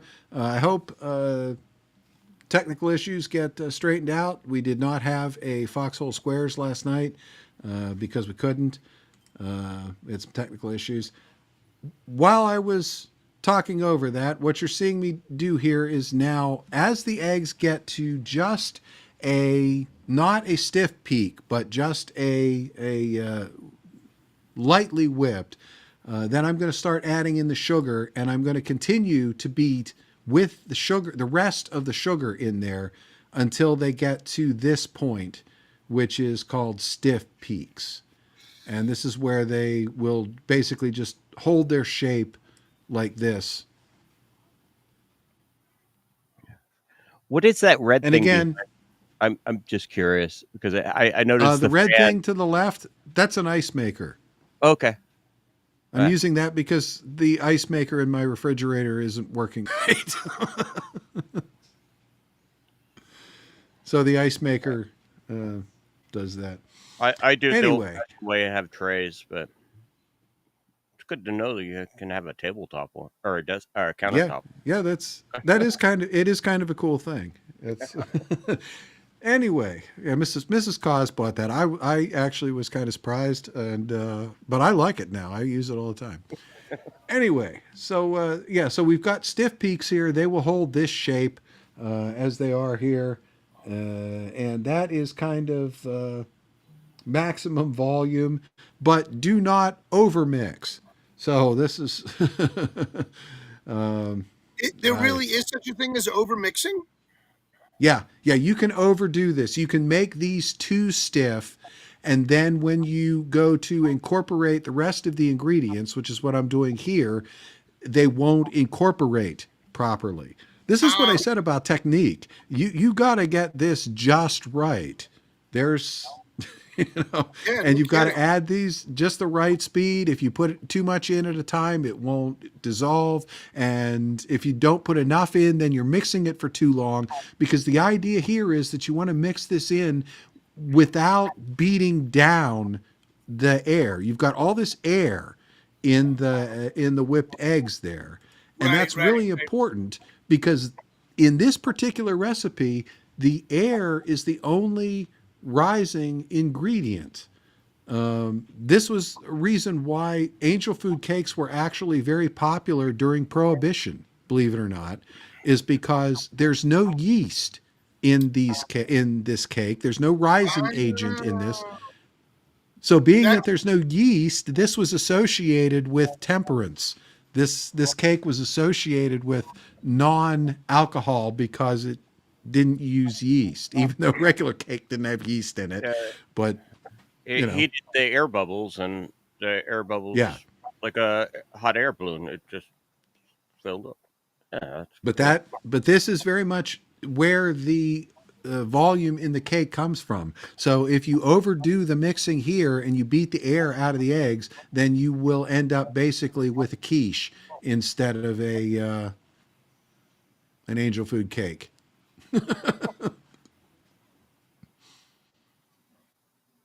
So this goes into the baking pan, and another secret for angel food cake, you do not grease or oil or wax the pan in any way. In fact, any grease or oil at all in the pan will cause the angel food not to rise. Wow, talk about sensitive cake. Yeah. What about Teflon? That's not Teflon, I hope, but it gets pissed. Yeah. What about Teflon? This one might be Teflon. I don't know. I don't like it's Teflon possible, myself, but it's only because. But there's the. So there it is after about 50 minutes in a 375-degree oven. The trick is to bake it until it's springy. You can see it's kind of springy here. It's springing back. You can use the toothpick test to put your toothpick in, make sure it comes out dry. Now, here's a trick. This is fresh out of the oven, still hot, and I'm turning it upside down. And there's a reason, and that's the reason why these tube pans have those funny wings sticking up out of the sides.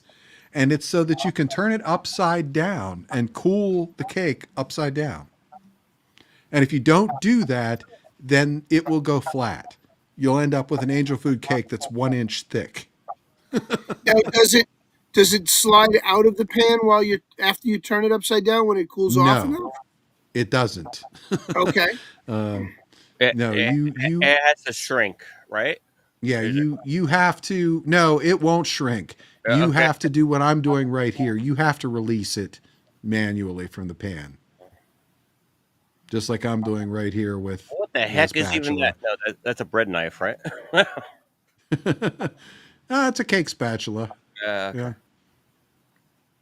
And then this tube pan is a 2-piece pan, so it comes apart, but it's still quite firmly attached to the center tube. So you'll see that in order to get it off of that, I now have to go through and basically release it from the bottom. Now, once I get it released from the bottom, then it finally lets go. And you see when it lets go. And then I'm able to invert it onto a rack, and voila, angel food cake. Wow. And well done. It really came out pretty darn good. There's the finished cake, and you can see where I cut it there. It maintained its airiness very nicely. Yeah, look at that. Nice and bubble effect. Got all those little air pockets in there. I could imagine that a la mode with some vanilla ice cream. Wow. Well, it's funny. The ice cream that I had it with was actually Bailey's Irish ice cream. which is another recipe that I made. Yeah. Now, I imagine they paired quite nicely together, especially with your chocolate beer. I mean, Yeah. that would. Angel food like strawberry shortcake. Yes, indeed. And then there's it's a cheesecake too. Like, Yes, and Syllabore said, "Is this the dozen egg one?" Yes, this was the dozen egg one, Syllabore. This was my great grandmother's dozen egg angel food cake. and yeah, boy, Death says angel food cake versus devil food cake. Would you add mustard and would it be devil's food? What would you add to make a devil's food? Mustard? But that would be interesting, actually. Indeed. I only like mustard on my hot dogs, not in my cake. I like mustard on everything. For me, mustard is pretzels. Yeah. What else? Oh, and schnitzel. I do like good coarse brown mustard on a Wiener Schnitzel. I do a honey mustard sauce that I put on chicken, actually. So, but that's honey mustard. A little different. But We do It's like funny that too. Elvia can't eat anything other than regular good old yellow mustard. She won't eat any of the deep French's or Dijon. what? Yeah, no, I've The stone all ground or the yeah. I have all Hey, sorts of honey mustard recipes that I sure. have with everything. So Oh, pretzels, I love the honey mustard too. Although, just as a teaser for an upcoming show, I don't have it prepared for tonight because it wasn't part of the baking segment. But one of the recipes that I have sitting here that I made recently that came out pretty good was chicken with whiskey wild mushroom cream sauce. Ooh, sounds interesting. And that was another recipe from Darren McGrady, the Queen's chef, the former Queen's chef. So this was another one of the Queen's favorite recipes. Cool. Speaking of, since we've got dessert recipes tonight, I guess I will roll into the next one that I've got here. This is actually another Darren McGrady recipe. This is another one of the Queen's favorites. And this is something to do with the rest of the egg yolks that I had left over. Whoops, that's not the one. Wait a minute. Is that the one? Yeah, I think it is. Okay, so this is a recipe called chocolate marquis or marquise, something along those lines. And what it actually is a frozen chocolate mousse. And if you're familiar at all with chocolate mousse, let me back up the ingredients. The ingredients are really simple. I've got some bar chocolate, I've got some powdered cocoa, some sugar, butter, eggs, some whipping cream, and a little splash of brandy, which the Queen apparently liked in this particular recipe. So, starting out with the butter, I'm whisking the butter and the sugar. I'm creaming those together until those are nice and light and fluffy. And then I'm going to add the egg yolks, the brandy, and the cocoa powder. And I'm going to mix those real good to make a nice cream there, essentially.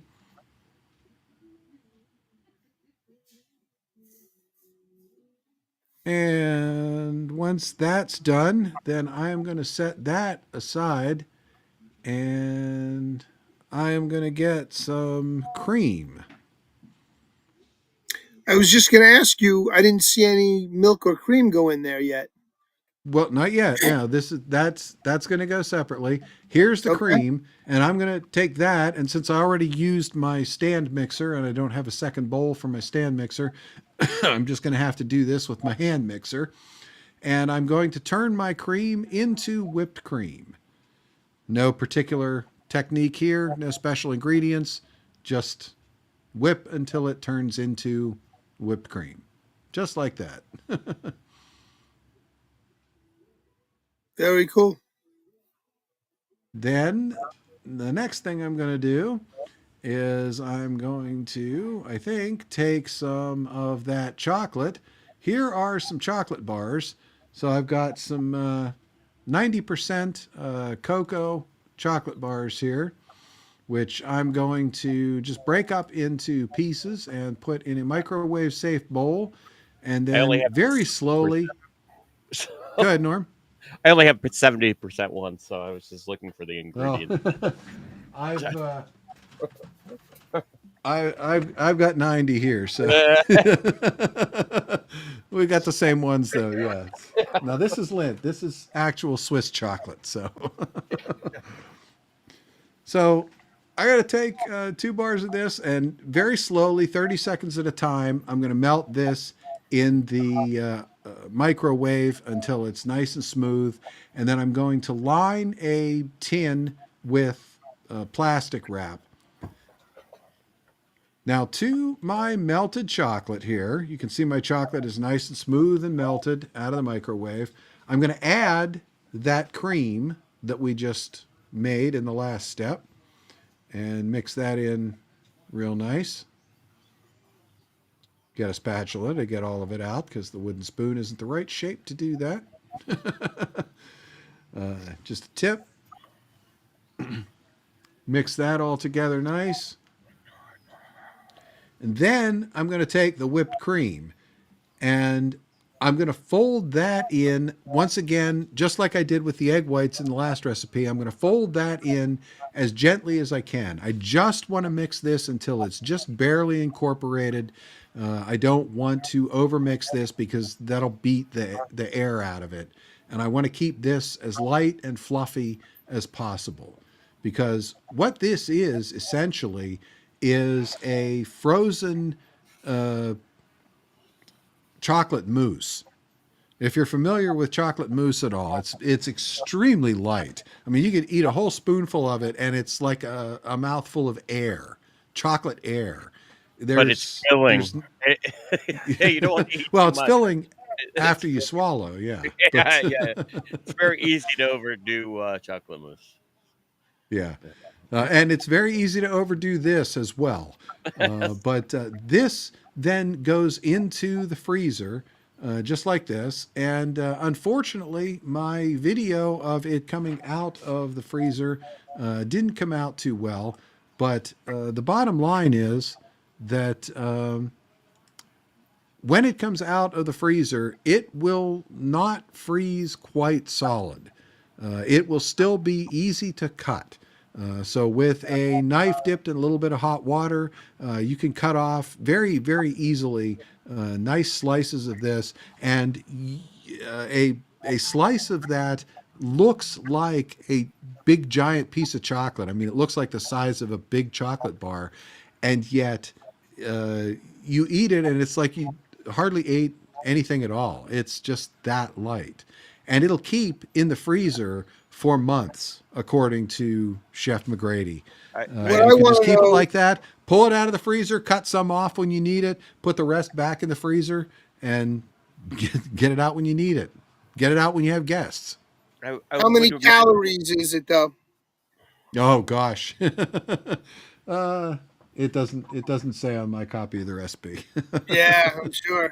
I would imagine it'd be like fudge, but a light version of fudge. Like or is it? It's really light. It's almost like if you've ever had that astronaut ice cream that just kind of disappears as you're eating it. You know, it's they dry freeze it, I think.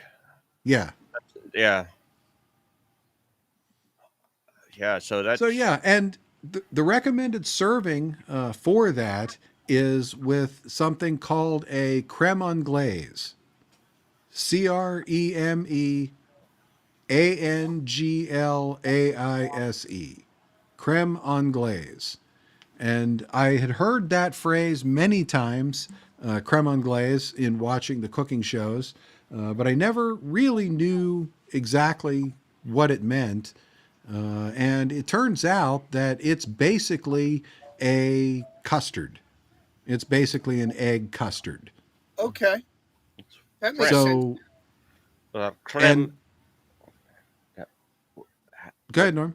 No, what? Yeah, creme anglaise. Creme is cream Yeah, of. creme anglaise. Yes, it's got little accents over one of the E's in Yeah, each word, I think. it's French. It's cream of. Cream of what's glaze? Yeah, I don't know. Frosting or something. Yeah, Okay. but yeah, and what he recommended was actually something called a coffee creme anglaise, which he made with a little bit of espresso powder. And amazingly enough, for as much of a coffee drinker as Mrs. Cause is, we didn't have any espresso powder in the house. But when in the video where Darren McGrady made this recipe, he said that an alternate, if you're not a coffee fan, would be a good vanilla creme anglaise. And so I looked up vanilla creme anglaise, and what I found was actually a recipe for something called a vanilla bourbon creme anglaise. And that caught my attention right away because Oh yeah. Oh I yeah. figured, well, this already has a little brandy in it. Why not throw a little bourbon on top? You know, it is cooking with booze, right? I mean, that's and But I think you can grind regular coffee thinner to make it espresso though. But normally a espresso is a darker um a darker well, roast. Yeah. I don't know the difference between espresso and coffee in the raw form, but I know that what espresso powder is espresso that has been made and then dehydrated. It's like Folgers coffee. Yeah. So basically, you just add water. It's instant espresso. And Nice. as Yeah. far as I can tell, it's not really meant for drinking because the little jar of it comes with recipes on the back. I mean, it gives you instructions for making a cup of espresso, but I get the impression that real espresso drinkers, to them, this would be like Folgers coffee. Yeah. It's Folgers It- instant, you know? It's not, Generic brand. well, it's dehydrated, it's not making coffee, it's reconstituting coffee that's already been made Right. Yeah, that's true. once. Yeah. I haven't So tried to freeze dry my coffee after but no, I'm gonna do this is some uh Peruvian right here, and then I'm gonna mix it with some Brazilian. So that's my next mix of roast I'm trying out. So we have to do all a show right. about coffee sometime. Yeah. Sounds Well, that good. would be a logical offshoot. I mean, we started with coffee and chocolate and beer. So Yeah. we've We did one with we've riffed Jill. on chocolate for weeks now, so we're due for a riff on coffee. Or Kofif, as Peggy Dancer says. So anyway, creme anglaise is pretty straightforward.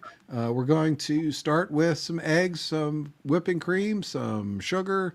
This time I am going to use the real vanilla paste, some sea salt, and the secret ingredient or the magic ingredient, whichever you prefer to think of it as.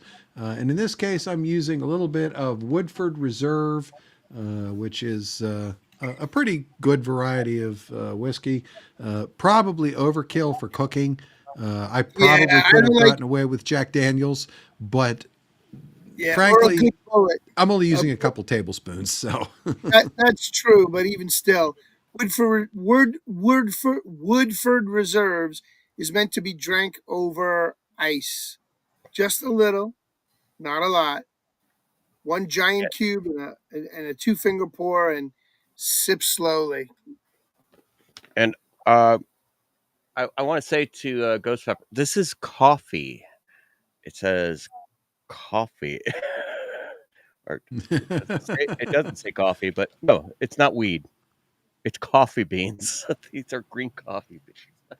Yeah, Boy Death asked if we ever do mushroom coffee. I don't, although I think I might be the one of us that likes mushrooms. I really We enjoy talk about mushrooms. it, and I have done the chaga coffee before, the chaga mushrooms. Yeah, it's not bad. I drink mushroom coffee. I've tried Rise, and I've tried Everyday Dose, and I even got mushroom coffee from a local vendor when I was down in Florida, who makes his own mushroom coffee, and he was able to give me some spores for some of the psilocybin mushrooms because they're not allowed to grow them anymore uh, for medicinal purposes. Florida did something funky with their rules. So he gave me the seeds. Now I just got to get the muck and the bags and start planting them. But Mm-hmm. about 5 years ago, I used to add the chaga powder to my coffee. It wasn't quite mushroom coffee, but I mixed it in. So Indeed. All right. Well, wrapping up the creme and glaze here real quick. Basically, this also requires egg yolks. So this is where some of the egg whites came from. So you can see here what I've done is I've separated the whites and the yolks, and I've measured out the rest of the ingredients. This is where I actually was doing the separating. So you can see me taking the egg the eggs. What you do is separate the whites and the yolks. Separate each white into an individual bowl. That way, if you accidentally break a yolk, you don't contaminate all your whites. And then move your whites over into a storage container, like you can see over there on the right. And voila, got that's a egg good yolks and technique. I've yeah. never been good at that, but now that yeah, you mentioned doing it one at a time makes sense, I guess, because I've never been good at that. I've always broken a yolk and so trying to do Yeah. that. Well, yeah. Do it over an individual bowl. That way you don't lose them all. So yeah, I'm going to start out with the egg yolks and the vanilla and the salt and the brandy, and I'm going to whip those all together. And I'm just doing that by hand in this particular case. No need for a. And then I warmed up the cream over here to where it is just boiling. And now what I'm doing is I'm pouring that very slowly, although it looks very fast because I've sped up the video about 100 times. But I'm very slowly adding the cream, the boiling cream to the eggs to temper the eggs. And the reason you do that is because if you just poured the cream directly in or you just poured the eggs directly into the cream, it would scramble the eggs I was just instantly. going to say it And you cooks them, would, doesn't it? yeah, you would basically have scrambled eggs. You, But Yeah. what you get here or instead, omelet if you do it right. yeah. But what you get here instead, and you have to stir this continuously. You have to, you can't stop. You have to continuously stir, and this will slowly thicken. You can see here it's still runny. If I run my finger across that, the stuff on top runs down over the area. But what I'm doing is I'm just very slowly heating this up. I do not want to bring this to a boil because once again, if it comes to a boil, the eggs are going to cook and you're going to have scrambled eggs. And bourbon vanilla scrambled eggs is not a good combination. um, but what you'll see here at the end is that it will get to a thickness where it will just so if I run my finger across, you can see that it stays. It doesn't it doesn't run back in and fill in the space where I just ran my finger across. And that's it. And from there, it's ready to go. You run that through a strainer. And the reason why you run that through a strainer is to get rid of all the little eggy bits that did form, because you will inevitably get some little bits of scrambled egg in there. And But once that's all done and strained like that, you can cover that with plastic wrap, and you run the plastic wrap right down to the surface because otherwise it will form a skin. The plastic wrap keeps it from getting a skin, and there you go. And there is creme anglaise.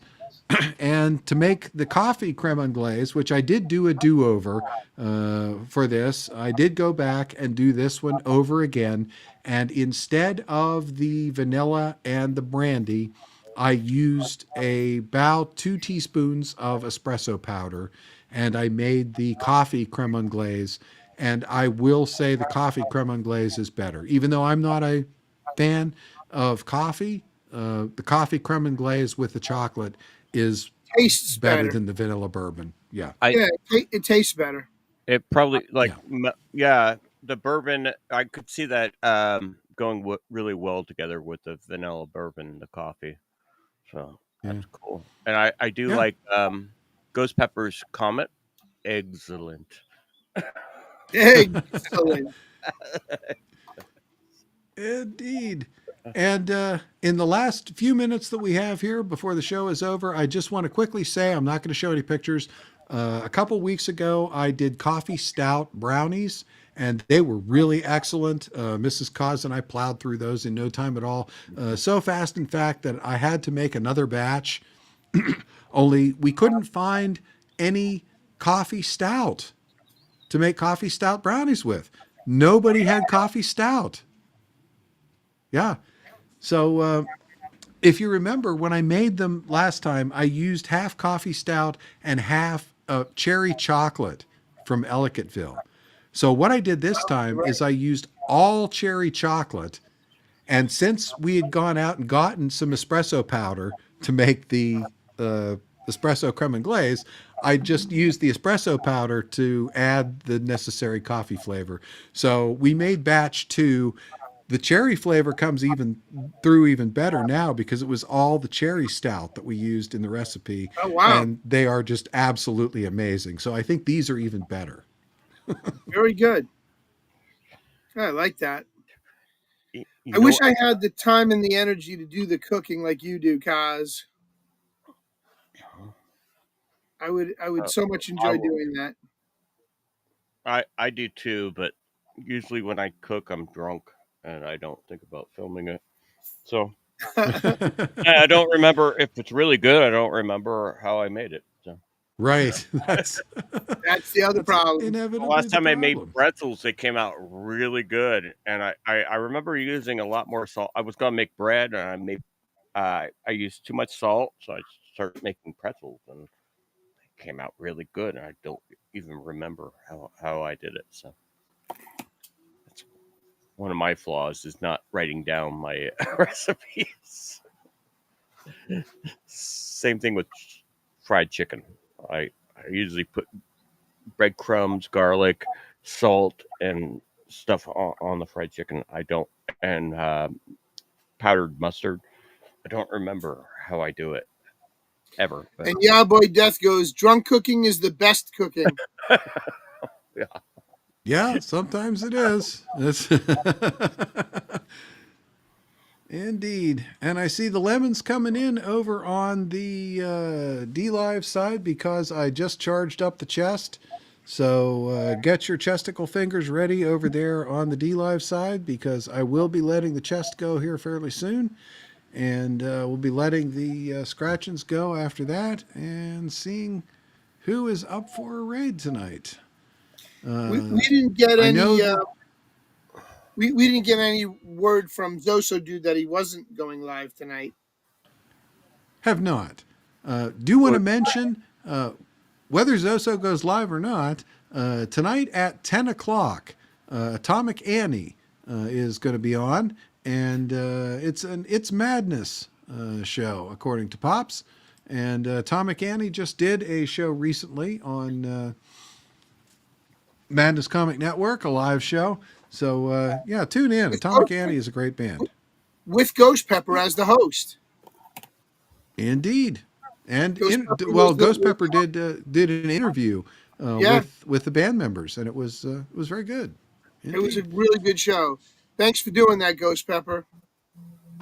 Yeah, I think I watched it last week, and it was actually, or maybe it was a couple weeks ago. I can't keep track of time anymore, but it's a very good show. All right. So, are we releasing the scratching? I am letting the chest go right now, so let me let everybody know. Yeah, we All right, have that's quite a out few there. people that it's actually donated. Thank you. I want, but I want to thank just Jim and okay. Do we have a list of people that's actually? Who has donated gold pills tonight? Yeah. CDP4JC, Madness Comic Network, Just Jim, Classical Chick, Just Jim, and Yeah Boy Death. Those Thank are you our for gold pills tonight. Thank you, everyone, for those. We appreciate it. Bad Zoot, Willie Fixit, Syllabore, and everyone else over there on D Live who has contributed.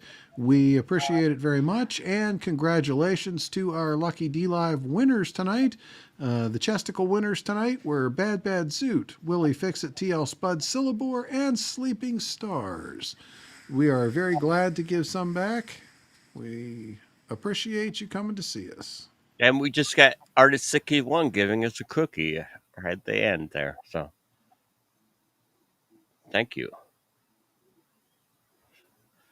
And thank everybody for keep on returning. I know a lot of you have been here with us since the beginning. The whole 4 years we've been on. And I don't know. Speaking for myself, I have a blast reaching out to all you guys with all this stuff. And cheers to many more years, hopefully. So. I hope so. Indeed. All right, well, I am going to release the scratchings over on the pilled side. I do not see Zoso going live, but if anybody sees Zoso live, give a shout out to me so that, because I want to get a raid set over there as soon as we can. In the meantime, though, I will do a quick time filler shout out.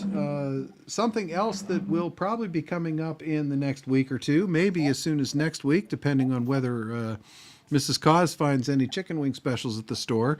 I just got something very special from one of my well, it was actually a Kickstarter, but one of my campaign fulfillments, and it was from Lori Calcaterra and Path of the Pale Rider. The particular fulfillment that I got was some custom hot sauces that were made by Laurie. And the first one is actually it's a mango habanero sauce, and it's called Meet Your Maker Mango Habanero. So that seems before using. Kind of ominous. Yeah. I wonder if that means shake the bottle or shake yourself. Start shaking before using. I would imagine the mango would mellow it out, but I don't know how much mango you would have to use to mellow out the habanero. It's a hot pepper. It sure is. Indeed. And the next one that I have is equally frightening. It's called Heart Stopping Jalapeno and Serrano. Heart Stopping Jalapeno and Serrano. So that one's a little bit greener. I don't know how much I'm going to appreciate that because I'm not a big a fan of the green hot sauces.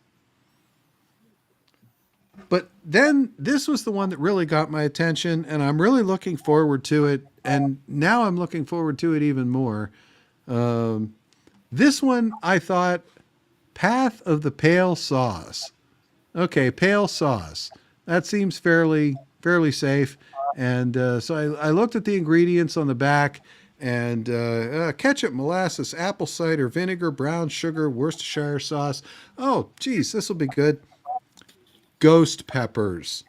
Oh boy, ghost peppers. Yeah, ghost peppers. Yeah. So yeah, I started to look forward to it, but now to be honest, I'm looking forward to even more. So Yeah, be careful. look Keep away forward from. to a little version of Hot Ones or something along those lines. All right. I Cool. I have some advice to give you from a friend that was dealing with ghost pepper sauce for wear proper eyewear. Make sure that doesn't get in your eyes. My friend actually got some of that in his eye one time, and he swore it was Pops says they're not harsh. Pops says I'm not gonna. I like harsh sauces. I actually like my hot sauce. I use Secret Aardvark on chicken, on buffalo chicken, and believe me, if you've ever tried, Mrs. Cause smells Secret Aardvark, and her eyes start to water. I'm just telling you. Make sure never splashes in your eyes. Or if you're actually That getting is attacked, good advice. Yeah. you make sure you have. But if you're getting attacked, it works better than pepper spray. Just yeah, throw that in their face. so, so I don't see Zozo yet. No, but he did post that he should be going live at 9:05, and it's already 9:07. So he may be having difficulty getting his stream operational. But he is supposed to be going live now. He's got 6 people already watching, waiting for him to come live. Yeah. Yeah, I don't know how to set a rate if they're not live. Do you, Cost? Or No, you can't do that, unfortunately. You can only set a rate if they are live. So either we stall around until he goes live or we pick someone else to raid. I don't have a problem stalling for a minute or two. yeah, we That got may other just be friends. technical difficulties because it said Good with me. 9:05. I might just have to take a quick Zarge break, but other than that, Yeah, me too. I'll stick around until we can toss it Well, over to Zoe.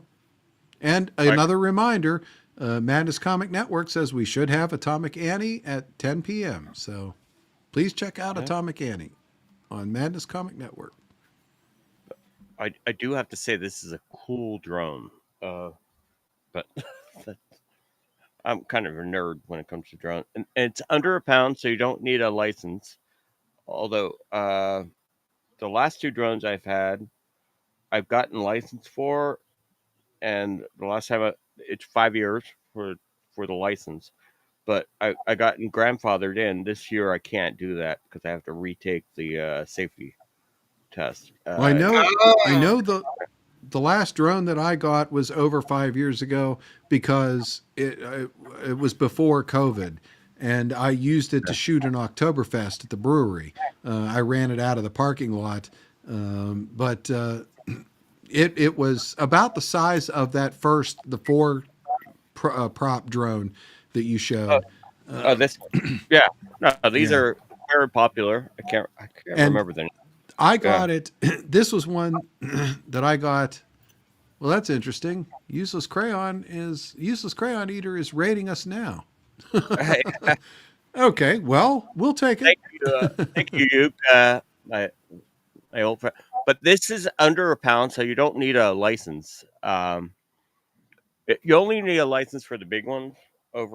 And the last two times I got I got grandfathered in, where I only had to pay $5 for my license, and I didn't have to take any tests. This time, they're wanting me to pay $105, which isn't actually bad, and retake the test. And I haven't actually flown anything over a pound in ever. So I'm not even sure if I'm going to do it because this thing is so amazing. I mean, I could fly it indoors. This one I could fly indoors too, but I crash it a lot. but but the cameras actually improved quite a bit. Like this one, cameras here, cameras there. They have improved. The biggest flaw with the cameras is like you're doing Wi-Fi, so the farther away the kind of the signal degrades. So especially with a short antenna, but pretty amazing stuff. It's actually pretty cool. So I'm gonna be taking this All into right. the office. Well, Syllabor would like a link to that inexpensive drone, so or the model number. So While you guys are doing that, I'll be right back. I'm just going to make a quick phone call. I got this on sale at Amazon. It was like $80. And before the first time I ordered it, it never got here from China, and it was like 120 or something like that. Hey, But I see Zoso Dude. I'm right. setting a raid for Zoso Dude. Hang on. I will look up the. I was just the trying to reach out to him, so I'm glad you said that because I didn't want to interfere with his trying to get the show going. All right. Well, our raid is set, so the scratchings have been released and very sparsely claimed, but they have been claimed, and I think we are ready to roll it out. All right, sounds good. Say goodnight, Cosmac. Good night, Cosmac.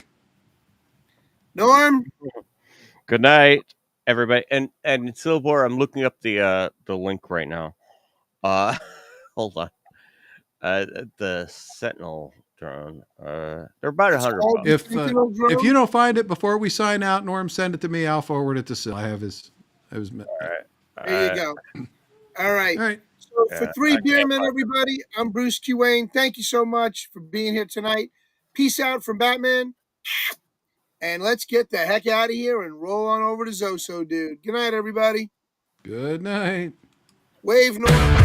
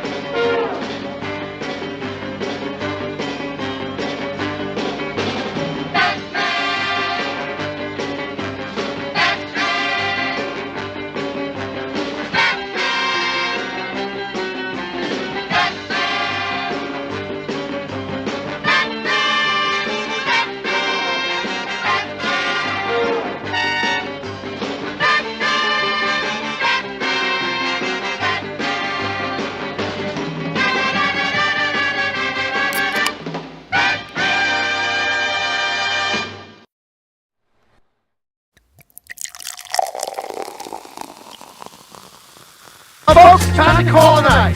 Do what you feel and keep both feet on the wheel. You don't have to go home, but you can't stay here. So till next time. Move 'em on. Hit 'em up. Hit 'em up. Move 'em on. Move 'em on. Hit 'em up. Rawhide. Cut 'em out. Ride 'em in. Ride 'em in. Cut 'em out. Cut 'em out. Ride 'em in. Rawhide. Let's get the hell out of here.